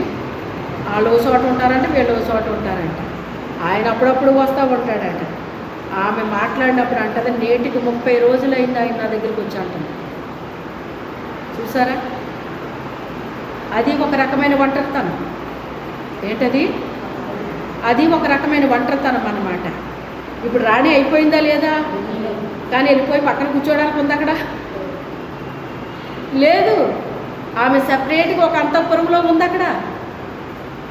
చుట్టూనేమో వర్కర్స్ ఉన్నారు, కానీ ఏమాత్రము ఫీల్ అవ్వట్లేదు ఆవిడ. నేను శరీరానుసరమైన వాటి కొరకు ఆవిడ బ్రతకట్లేదంట. ఏ దేవుడు తన్ని భూమి మీదకు పంపించాడో ఆ దేవుని కొరకే ఆలోచన కలిగి ఉందంట. యూదుల రక్షణ కొరకు ఆమె నిరంతరము ప్రార్థన చేస్తుందంట. హల్లెలూయా. ఆమె కాదంట, తనతో ఉన్న వాళ్ళతో ప్రార్థన చేపిస్తుందంటండి. ఆ తర్వాత ఒక రోజున రానే వచ్చింది, యూదులందరూ హతమైపోవాలనేటువంటిది వచ్చింది. కానీ అప్పుడు నడుం కట్టి నిలబడిందంట. ఇదిగో నేను నా చెలికత్తులు మేము ఉపవాసం ఉంటాం ఇక్కడ, మీరు కూడా సమాజ మందిరాల్లో మీరు కూడా కూడుకుని ప్రార్థన చెయ్యండి, దేవుడు సహాయం చేస్తాడని వాళ్ళకి పిలుపునిచ్చిందండి. పురుషులు స్త్రీకి చెప్పాలా, స్త్రీ పురుషులకు చెప్పాలా? సాతాను మొదటి నుంచి కూడా స్త్రీని ఒక బలహీనమైన ఘటం అని చెప్పేసి తక్కువ చేశాడు సాతాను. అందుకే ఫలాన్ని హవ్వకి తినిపించాడు కనుక ఇంకా ఆమె ఎందుకు పనికిరాదు అని చెప్పేసి అలా చేసేసాడండి. కానీ దేవుడు వచ్చిందే స్త్రీ ద్వారా ఆయన లోకంలోకి రావడానికి ఆయన ఏర్పాటు చేశాడు. పురుషుల్లో నుంచి రాలేదండి ఆయన, స్త్రీలో నుంచి వచ్చాడు ఆయన. ఆయన రాక కోసమే స్త్రీని ఆయన నిర్మాణం చేసేసుకున్నాడు. ఆమె ద్వారా రావడమే కాదు, ఆయన రాజ్య వ్యాప్తి కొరకు, విస్తరణ కొరకు స్త్రీలను వాడుకోవడం మొదలుపెట్టాడు. సాతానుడు స్త్రీలని తక్కువ చేస్తే దేవుడు స్త్రీని హైలైట్ చేయడం ప్రారంభించాడండి. చూసారా, యూదుల్నే సమాప్తం చేసేస్తే గొడవ ఉండదో, యేసుక్రీస్తు యూదుల్లో నుంచి వస్తాడని వాక్యంలో ఉంది కనుక ఆ యూద జనాంగాన్ని హతం చేసేస్తే యేసుక్రీస్తు ఎలా వస్తాడో అని చెప్పేసి సాతానుడు ఏం చేశాడు, ప్లాన్ చేసి ఆ యూద జనాంగాన్ని ఒక్కరోజే హతమార్చేయాలనుకున్నాడు. ఒక్క స్త్రీ నిలబడిందండి, నడుము కట్టింది. స్త్రీ నిలబడేంత వరకేనండి. నిలబడిందంటే ఇంక దేనికైనా ఇంక మళ్ళీ వెనక్కి తిరగదు. అది ఏదైనా కావచ్చు, కానీ అంత పట్టుదల ఉంటుందండి స్త్రీకి. పట్టుదల వచ్చేంత వరకు ఎలా ఉంటుంది. పట్టుదలతో నిలబడింది అంటే ఇంకెంత మాత్రం వెనక్కి తిరగదండి. దేనికైనా నిలబడిపోద్ది. ఆ శక్తి ఉంటుందండి స్త్రీకి. ఒకే టైంలో ఎన్ని పనులైనా చక్కబెట్టే టాలెంట్స్ స్త్రీకి ఉంటాయి, కానీ పురుషుడికి ఉండవు. పురుషుడు ఒక్క పని మాత్రమే చేయగలడు, ఒకే టైంలో ఒకే పని చేస్తాడు, ఎంత టైంలో అయినా ఒకే పని చేస్తాడు. కానీ స్త్రీ ఒకే టైంలో 5-6 పనులు చక్కబెట్టేయగలదు. ఆ తలాంతు దేవుడు స్త్రీకి ఇచ్చాడు. జ్ఞానం కలిగిన స్త్రీ ఇల్లు కడతదటండి, మూర్ఖురాలు ఇల్లు పెరికేస్తుందటండి. అలాగే మనకి ఇల్లు కట్టే కృపను దేవుడు మనకి ఇచ్చాడు. మన జీవితాన్ని కట్టుకుంటాం, మన కుటుంబాన్ని కడతాం, సమాజాన్ని కట్టగలం. హల్లెలూయా. ఏదైనా కట్టగలం, ఏదైనా చేయగలం. ఆ తలాంతి దేవుడు మనకి ఇచ్చాడు, ఆ కృప దేవుడు మనకి ఇచ్చాడు. దాన్ని వాడుకోవాలి మనం. దాన్ని మంచికి ఉపయోగించాలి తప్ప చెడుకు ఉపయోగించకూడదు. సాతానుడు మీ హృదయాన్ని కుయుక్తితో చెరిపేస్తూ ఉంటాడు. ఎందుకంటే ఏక మనసు రాకుండా చేస్తాడు మనకి. అది సాతానుడు చేసే ప్లాను. అది మీకు అర్థం కావట్లా. ఏక మనసుతో మనం అందరం కలిసి ప్రార్థన చేస్తే పని అయిపోద్దని అడిగి భయం. అందుకే మిమ్మల్ని చెరపడి మీ మనసులు జరుపుతాడు. ఏకీభవించనివ్వడం. అది వాడు చేసేది. అయితే అప్పుడు స్త్రీ నిలబడింది. యోధా జనాంగాన్ని రక్షణలోకి తెచ్చేసిందా లేదా? 3 రోజులు ఉపవాసం ఉన్నందుకు యూదులు రక్షించబడిపోలేదు. ఆమె చేసే పని ప్రతిరోజు అదే పనిలో ఉందాం. సాధన 1 రోజు 2 రోజులు చేసేస్తే పని అయిపోదాం. ఏం చెయ్యాలి? సాధన అనేటువంటిది ఎప్పుడు చేయాలి? ఆ ముసలమ్మ రోజు చేస్తానంత. ఎలా చేసిందో చూపించింది. పట్టమని ఎముకలు ఇరిగిపోతాయి. మరి అసలనే మన రబ్బర్ తిరిగినట్టు తిరిగేసిందండి. అసలనే బాబోయ్ అనిపించింది నాకైతే. ముసలోళ్ళు అంటే మోకాళ్ళు నొప్పులు అంటారు, అయ్యి అంటారు, ఇయ్యి అంటారు. ఏ అయ్యి లేవా ముసలమ్మకి అసలు. ఎందుకంటే అలాంటి సాధన చేసేసింది ఆ ముసలమ్మ. ఇప్పుడు ఆమె ముందు యవనస్తులు ఎవరైనా పని చేస్తున్నారా? యవనస్తులు పని చేయట్లేదు. అమ్మ అసలు ప్రపంచానికి వెళ్ళిపోతానంటుంది. మరి ఇంకేమనుకోవాలి ఆమెని? ఎంత ధైర్యం ఉంది ఆమెకి, ఎంత సాధన చేసింది ఆమె. ఎంత సాధన చేస్తే వెళ్తానంటది. అక్కడ కూడా తెస్తాను నేను గోల్డ్ మెడల్ అంటుంది. ఆలోచించండి. 1 రోజు 3 రోజులు ఉపవాసం ఉంటే యూతులు రక్షించబడిపోలేదు. అక్కడ ప్రతి దినము కూడా ఏం చేసింది ఆమె? చేసేసింది అన్నమాట. 1 రోజులో ఏది అయిపోదండి. 1 రోజులో ఏది అయిపోదు. అలా నిలబడిందంట. యోధా జనాంగం రక్షించబడ్డారు. కొత్త నిబంధనకి వెళ్ళేటప్పటికి మళ్ళీ యూదుల్లో నుంచి ఎవరు నిలబడ్డారు? మరియ నిలబడింది. ఆమె యవనస్తురాలు. ఆమె కూడా కానీ ఆమె నిలబడిపోయింది అక్కడ. యేసుక్రీస్తు లోకంలోకి రావడానికి ఆమె అక్కడ ఒక సాధనమైపోయింది. ఆమె కూడా అనేకమైనవి భరించేసింది. అయినప్పటికైనా నిలబడిపోయింది. క్రీస్తు లోకంలోకి తెచ్చేసిందా లేదా? తెచ్చేసింది. పాత నిబంధనలో ఆమె నిలబడింది. యూదులు నిర్మాణం కాకుండా రక్షించింది. ఇక్కడ క్రొత్త నిబంధనలో యేసుక్రీస్తు రావడానికి ఆమె ఒక పాత్రగా నిలబడిపోయింది. గమనించండి. దేవుడు స్త్రీని ఎలా చేశాడు? బలహీనమైన ఘటమ. పురుషుడి కంటే ఎక్కువ సాధించగలదండి స్త్రీ. అంటే పురుషులు తప్పు చేసి నేను ఈ మాట మాట్లాడట్లేదు, కానీ పురుషుని బలము వేరండి, స్త్రీ బలం వేరు. అయినప్పటికైనా పట్టుదల వస్తే అసలు సాధించేస్తుంది అనమాట అండి స్త్రీ. పురుషులైనా వెనక్కి వెళ్ళిపోదామంటారంట, కానీ స్త్రీ వెళ్ళడానికి ఇష్టపడదంటండి. అయ్యగారు చాలా మాటలు మాట్లాడేవారు. ఈ మందిరం కట్టి ఇక్కడ ఉండాలంటే అసలు మందిరమే ఇక్కడ చేయడానికి ఇష్టపడేవారు కాదు. కానీ దేవుడు నాకు ఏది చెప్పారో ఆ పనిని చెయ్యాలి. నా ఇష్టమో కాదు, మీ ఇష్టమో కాదు, ఎవరిష్టమో కాదు. ఇది దేవుడు చెప్పింది మనము చెయ్యాలి. దేవుడు చెప్పింది చెయ్యాలి. దేవుడు చెప్పింది చెయ్యాలి. అదే మాట. అయితే మేము ఎవరు ఉండమన్నారు? ఉంటే ఉండొచ్చు, వెళ్తే వెళ్ళొచ్చు. దేవుడు నన్ను ఉండమన్నాడు, మరి నేను ఉంటానన్నాను అంతే. నేను ఎలా ఉంటానన్నది కూడా నాకు తెలీదు. నేను ఒంటరిగా ఎలా ఉంటానన్నది కూడా నాకు తెలీదు. ఎవరున్నా ఎవరు లేకపోయినా నేనైతే ఉండాల్సిందే. మరి దేవుడు ఉండమన్నాడు. ఈ పోస్ట్ ఎవరికైతే ఇస్తున్నామో ఆ పోస్టులో జాయిన్ అవ్వాలి వాళ్ళు. ఎక్కడ వేసిన పోస్ట్ అక్కడే జాయిన్ అవ్వాలి. జాయిన్ అవ్వకపోతే మీరు మొత్తానికి మానేయచ్చు అని చెప్పి ఇచ్చారు ఈ పోస్ట్ నాకు. అందుకని ఇది నా దేవుడు నాకు ఇచ్చింది. ఇది దేవుని మాట కాదని నేను ఏమీ చేయలేను. దేవుని మాట కాదని బతకగలమా అండి మనం అసలని? చెప్పండి. నేను అంటాను, అడుగు తీసి అడుగేయలేము దేవుడు కాదని. దేవుని మాటతో మనం ఏకీభవిస్తే అన్నీ మనకు జరిగిస్తాడు ఆయన. ఆయన కాదు అంటే ఎంత కష్టంగా ఉంటుందో తెలుసా మీకు? ఏ పని ముందుకెళ్దండి, ఏది చేయలేం మనం.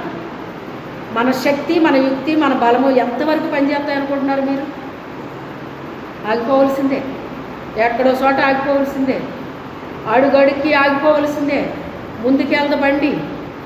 అదే దేవునితో మనం ప్రయాణం చేస్తే ఆయన నడిపించేస్తాడు. మనం ఈజీగా ఉంటుంది ప్రయాణం. నీకు అలాగ సణుక్కుంటానో కొనుక్కుంటానో ఎలాగో అలాగా మొత్తం మీద నువ్వు అన్నారు, కానీ దేవుడే ఆయన ఏం చేశాడు? ఆయన్నే వాడుకున్నాడు. ఆయన్నే వాడుకున్నాడు. కానీ ఆయన వాడుకున్నాడు, ఆయన తీసుకెళ్ళాడు, ఆయన నిలబెట్టాడో లేదో మొత్తం మీద నిలబెట్టాడు. ఇదంతా దైవచిత్త ప్రకారంగా జరుగుతుంది తప్ప ఇది నా యొక్క ఆలోచన కాదు, నా తలంపు కాదండి. దేవుడు ఏదైనా చేయగలడు. మనం ఎప్పుడు బలహీనమో అప్పుడే బలవంతులం అంటాడు పౌలు గారు. బాబా ఇది నేను చేయలేను, ఇది నా వల్ల కాదని మనం భయపడితే అప్పుడే మన పక్షాన్ని నిలబడి మనల్ని నిలబెట్టేస్తాడంట. ఆయన ఏం చేస్తాడు? నువ్వురా నువ్వురా నువ్వురా అన్న వెళ్ళలేదు. నేను పిల్లలు ఎవరి దగ్గరికి వెళ్ళలేదు. పోయిన సంవత్సరం అంతా ఎవరి దగ్గరికి వెళ్ళలేదు. మరి ఉండగలిగానా లేదా? ఉంచాడా లేదా ఆయన? కొంతమందికి జనాలు ఉంటేనే ఉంటారండి, జనాలు లేకపోతే ఉండలేరు, అస్సలు ఉండలేరు, అస్సలు ఉండలేరు. మా చుట్టాలు వస్తే అంటారన్నమాట, బాబు ఎలా ఉంటున్నావు ఇక్కడ, ఎలా ఉంటున్నావు, ఎలా ఉంటాము. నేను ఆయన మీద అనుకున్నాను, నేను ఒంటరిదాన్ని కాదు, ఆయన నాతో ఉన్నాడు. ఆయన నాతో ఉన్నాడు. నేను ఇప్పుడు ఒంటరిగా ఉన్నానని నాకు అనిపించదు. మరి ఏదైనా తోటలో ప్రభువుతో తిరిగినప్పుడు వాళ్ళు ఎంత హ్యాపీగా ఉన్నారండి, అలాగే ప్రభువుతో హ్యాపీగా ఉంటాను నేను.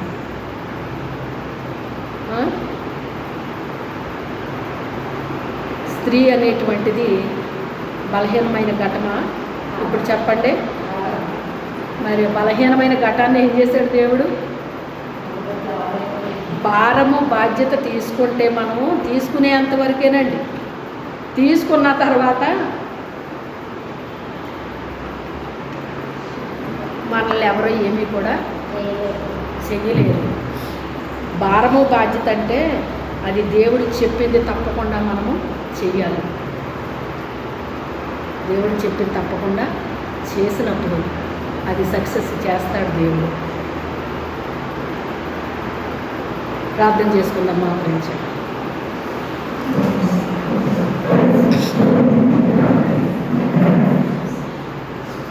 పరిశుద్ధుడు అయిన తండ్రి, జీవాధిపతి అయిన మా ప్రభువా, మీకే వేలాది వందనాలు, స్తోత్రాలు తండ్రి. స్తుతులు నాయన, స్తుతులు తండ్రి, స్తుతులు నాయన. ఈరోజు ప్రభువా మహిళా దినోత్సవంగా ప్రపంచమంతా కూడా ప్రభువా ఈరోజు నాయన మాట్లాడుకుంటూ ఉన్నారు తండ్రి. స్త్రీ బలహీనమైన ఘటమని ప్రభువా రాయబడింది, కానీ ఆ బలహీనమైన ఘటాన్ని నువ్వు బలముగా ఎలాగ వాడుకోగలవో నా తండ్రి నాయన మాతో చెప్పారు తండ్రి నాయన.